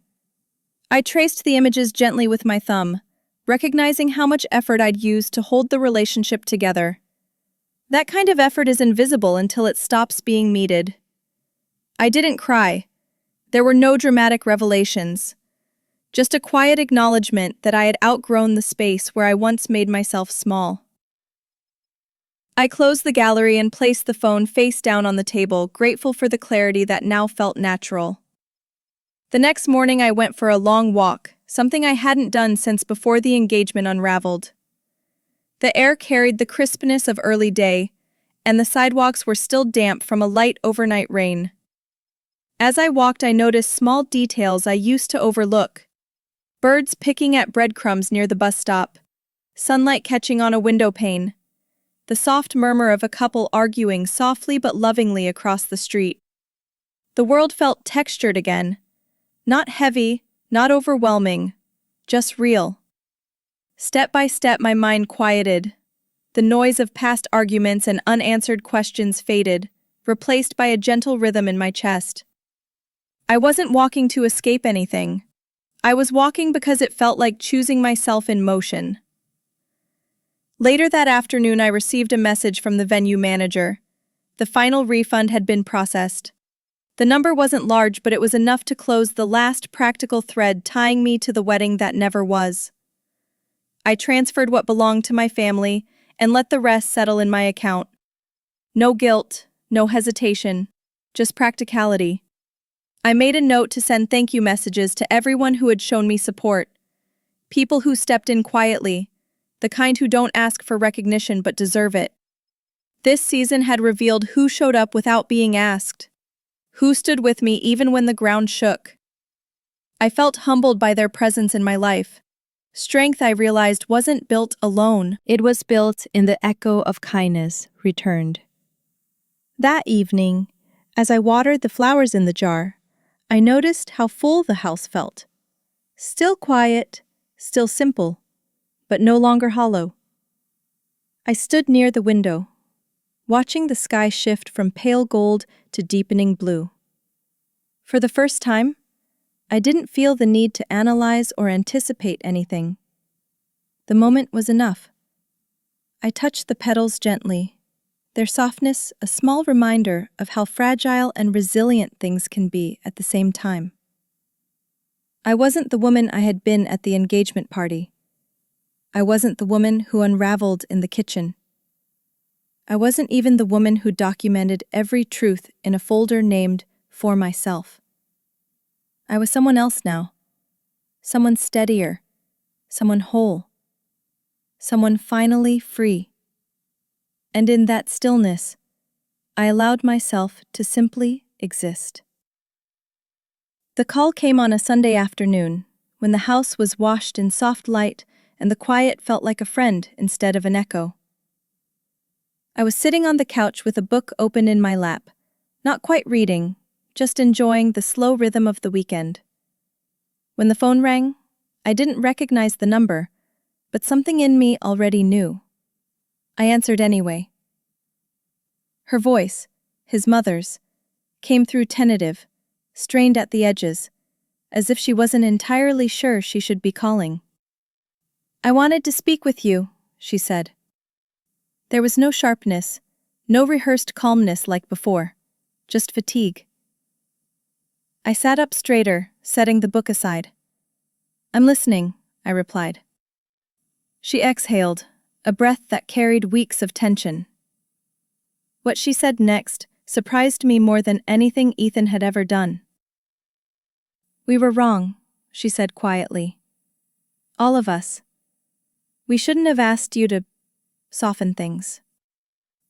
The admission didn't feel triumphant. It felt human.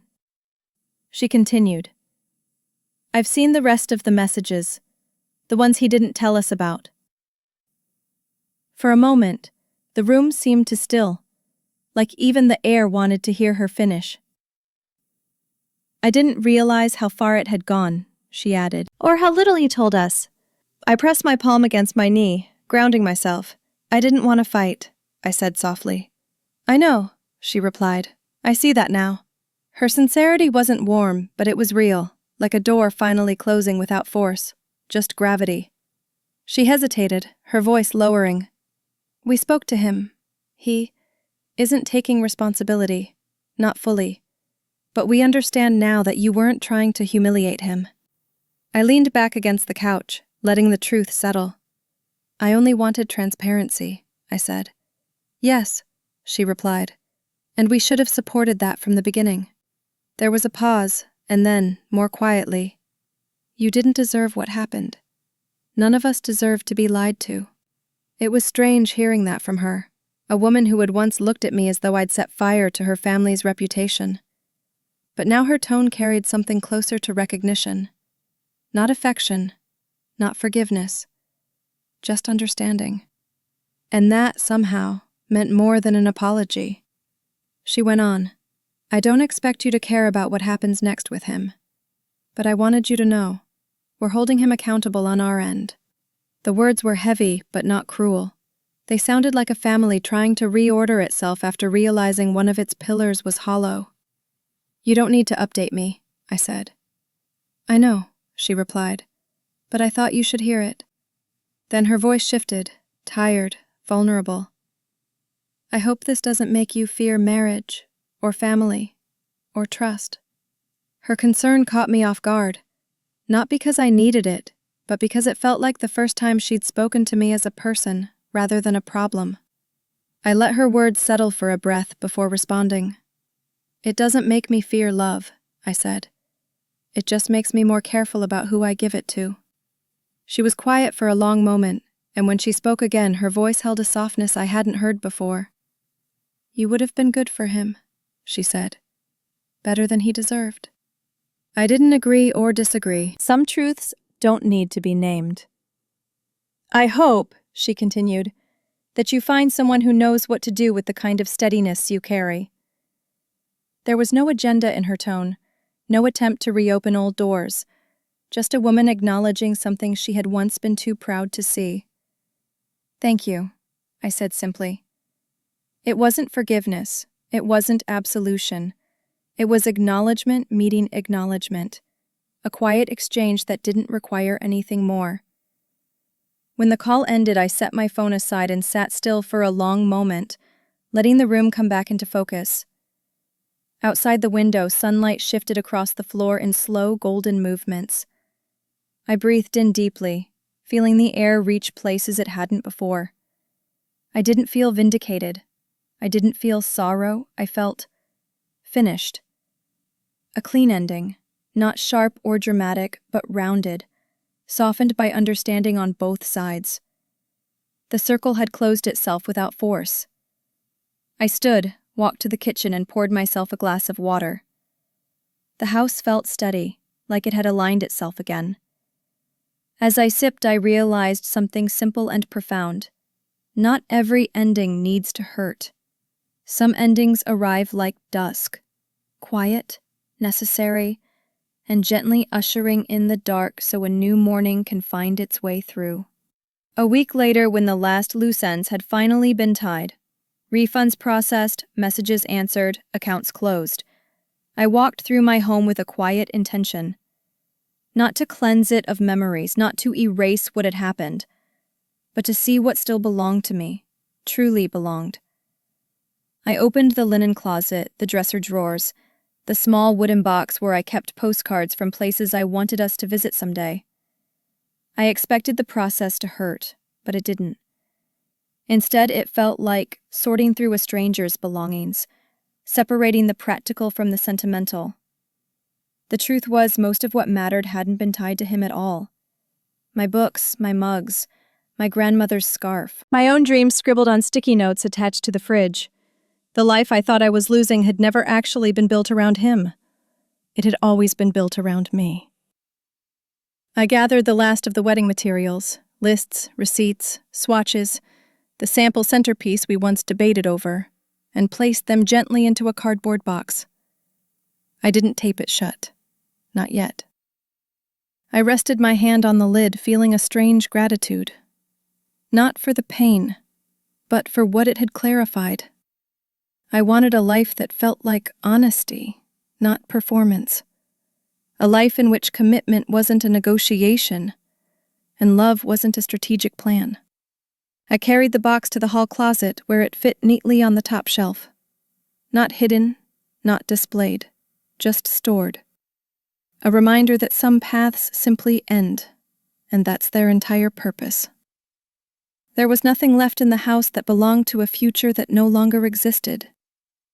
And that realization felt easy. Later that afternoon, I sat at my small dining table, sipping iced tea and letting the quiet sink into the room. Outside, children played on the sidewalk, their high-pitched laughter drifting in through the cracked window. A breeze carried the scent of someone's barbecue from down the street. Life continued in ordinary, imperfect ways. And for the first time, I didn't feel detached from it. I reached for my planner, not to fill it with tasks, but to choose something intentional for myself. A pottery class, a weekend trip with friends, maybe hiking again. My life suddenly felt like a room with open windows full of air and unclaimed corners. I didn't feel the need to replace him or the relationship. I just wanted to expand in the spaces I'd once compressed. As evening approached, I took a short walk through the neighborhood. The sky was soft and warm, streaked with fading amber. I passed a couple holding hands, a family unloading groceries, a teenager walking a dog too strong for him. None of it stung. None of it made me ache. Instead, I felt a quiet understanding settle in. Love was still a thing that existed in the world. It didn't disappear just because someone misused it. It didn't evaporate because one relationship ended poorly. It simply shifted, waiting to be offered again when the time and the person were right. I felt no urgency to search for it, no pressure to rebuild what had collapsed. I just walked, feeling the ground steady beneath my feet with every step. Back home, I lit a candle on the kitchen counter, letting its warm glow spill softly across the room. The scent, lavender and cedar, filled the space with a calm I hadn't known I needed. I cooked a simple dinner, plating it carefully even though it was just for me. It felt good to treat myself with the tenderness I had once reserved for someone else. I ate slowly, savoring each bite, tasting the quiet freedom that had crept into my life. Afterward, I washed the dishes by hand, letting the warm water run over my fingers. There was something profoundly grounding in the simplicity of it. A reminder that healing often hides in ordinary moments, waiting to be noticed. Before bed, I stood at the window, looking out at the darkened street. Porch lights flickered on one by one, tiny beacons in the quiet evening. My reflection hovered faintly on the glass, soft, calm, whole. I rested my forehead against the cool pane and let the final truth settle into place. I didn't need closure from him anymore.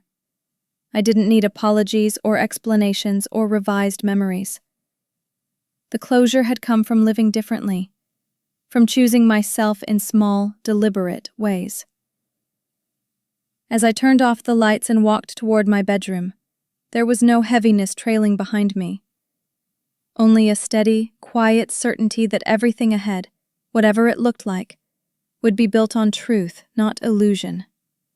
And that was enough. 2 weeks after the last conversation with his mother, life had settled into a rhythm that felt almost tender. My mornings were slow, deliberate, coffee steaming on the table, sunlight slipping across the kitchen tiles like a familiar guest. One afternoon, when I checked the mailbox on my way home, a single envelope stood out among the bills and flyers. My name was written in a handwriting I hadn't seen in years, Ethan's. Something in my chest tightened, not with longing but with caution. I held the envelope lightly, turning it over as if it might reveal its intentions through weight alone. The house was warm when I stepped inside, and for a moment I simply stood in the doorway, the letter pressed between my fingers, deciding whether the past deserved one more moment of my time. I sat at the kitchen table, the same spot where our first fracture began, and slid my thumb under the seal. The letter unfolded stiffly, its creases sharp, as if the paper itself resisted being opened. His handwriting filled the page in uneven lines, the ink slightly smudged in places. He started with an apology, long, winding sentences about regret and miscommunication. It wasn't dramatic, but it wasn't simple either. He wrote about being overwhelmed, about fear disguised as pride, about opportunities he chased because he didn't believe he was enough on his own. He didn't ask for forgiveness. He didn't ask for another chance. Instead, he asked for understanding. Not to excuse him, but so he wouldn't have to wonder for the rest of his life whether he had ruined something he could have repaired if he'd been braver. There was a section where he admitted the part that had gone unspoken. I thought if I married you, I'd have to become someone better, and I didn't know if I could. His honesty startled me, not because it softened anything, but because it was the first time he'd said something without angling for an outcome. He mentioned the other woman briefly, not defending the relationship, not blaming her, just acknowledging it as a symptom of his own avoidance. He wrote, "She didn't know the whole story. I didn't give her the whole story. I didn't give anyone the whole story, not even myself." Reading those lines, I felt a strange mixture of sadness and closure wash through me. Not for the love we lost, but for the version of myself who once waited for him to be someone he had never promised to become. Halfway through, his tone shifted. He began writing about the future, mine, not his.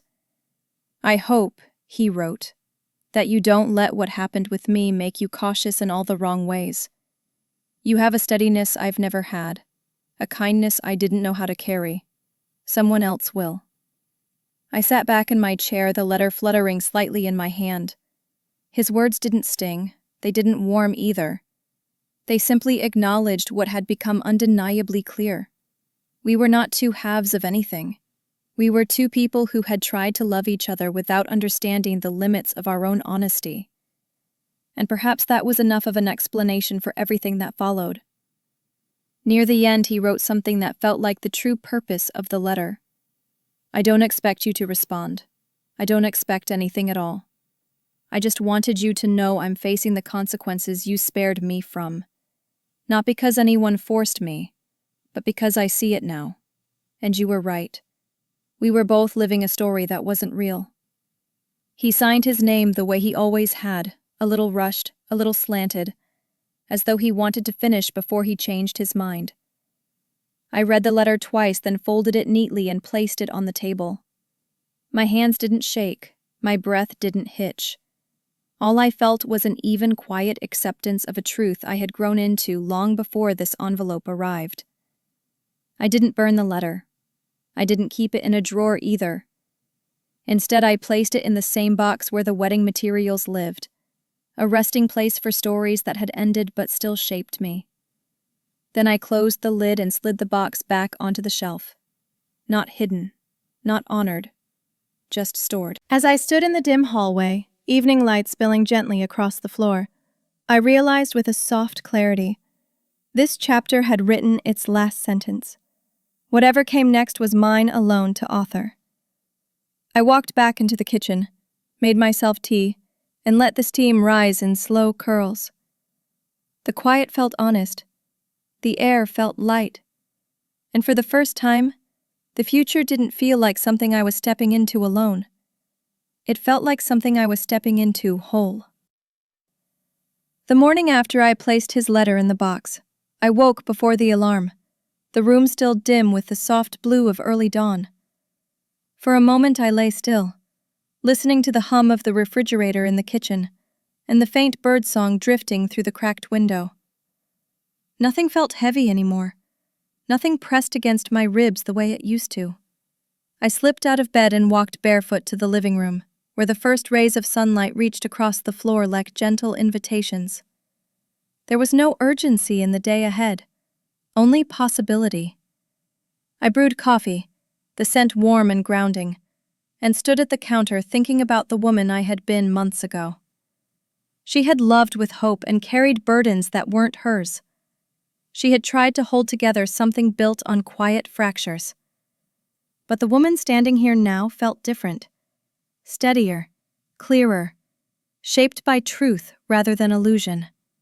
By late morning, I decided to drive to the small lake outside town, a place I hadn't visited in years. The road there wound gently through fields and quiet stretches of countryside, the kind of scenery that made the world feel simple again. I rolled down the window, letting cool air sweep past my face and untangle whatever threads of tension still lingered. When I parked near the water, the lake shimmered beneath the sun, a calm surface broken occasionally by drifting ripples. I walked along the shoreline slowly, the gravel crunching under my shoes. Memories rising but never overwhelming. I remember days when I believed the future had to follow a straight line. Meet, love, marry, build. But life, I realize now, wasn't a line. It was a landscape, and I had finally stopped walking through someone else's map. I found a quiet spot beneath an old tree and sat down, letting the breeze rustle the branches above me. Every emotion I'd carried, pain, betrayal, fear, longing, felt softened here, as if the world had stretched out its arms and allowed me to set everything down. I closed my eyes, breathing in the scent of grass and water. For the first time, I didn't replay conversations or sift through evidence or wonder what could have been done differently. My mind felt uncluttered, my chest open. Healing didn't feel like a milestone anymore. It felt like a gentle rhythm, a slow settling. I reached into my bag and pulled out my phone, not to check messages but to open the blank notes page. Then, with the same steadiness that had carried me through every difficult step, I typed a simple line. What do I want next? It felt like the truest question I had asked myself in a long time. As the afternoon stretched on, families appeared along the water's edge, children skipping stones, parents unfolding picnic blankets, a couple holding hands with a kind of quiet ease that didn't demand attention. Watching them didn't stir the sharp ache it once might have. Instead, it filled me with a soft understanding. Love wasn't gone from my life. It simply wasn't meant to be found where I had insisted it lived. I stood, brushing stray grass from my jeans, and walked toward the edge of the pier. The wood was warm beneath my palms as I leaned over the railing, looking at my reflection rippling gently below. She didn't look like someone who had survived something painful.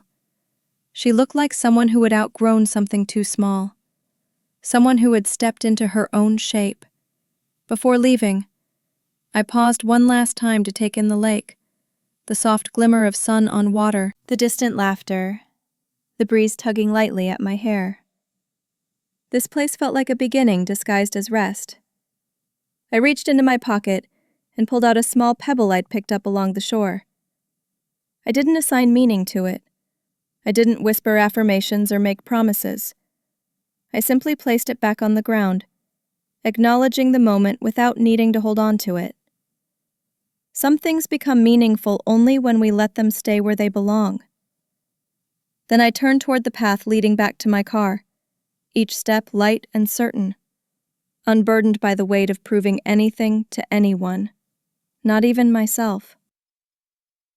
That evening I returned home as the sky faded into soft shades of lavender. I opened the windows, letting the cool air drift through the rooms as if welcoming a new season. The house felt open, cleared of shadows, full of quiet possibility. I made dinner, played music, moved with an ease that felt earned.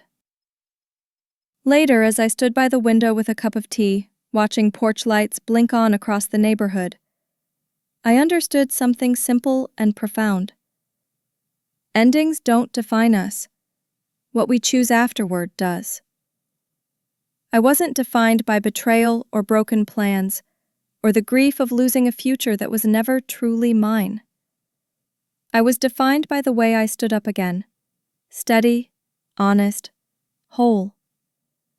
And as I turned off the lights and walked toward my room, I felt the soft pulse of a truth that had taken months to arrive. My life wasn't starting over.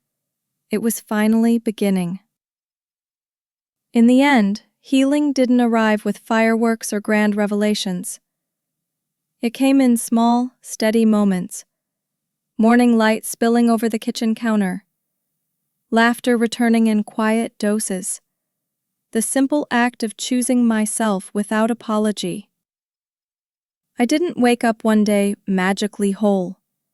I woke up many days learning how to be gentle with the parts of me that had been stretched too thin. What happened with him no longer feels like a defining wound. It feels like a chapter. A necessary one, but not the story. I don't carry bitterness. I don't carry regret. I carry clarity now, and clarity is a far better companion than the version of love I once clung to. When I look toward the future, it doesn't scare me anymore. It feels wide, honest, and mine. Not a life rebuilt from broken pieces, but a life that grew in the open space left behind, a life shaped by truth, not illusion. And if you've walked through something like this, if you've loved deeply, lost painfully, and found yourself quietly on the other side, I hope you'll share your thoughts below. Tell me your story. Tell me what part stayed with you. And don't forget to subscribe. There's so much more ahead.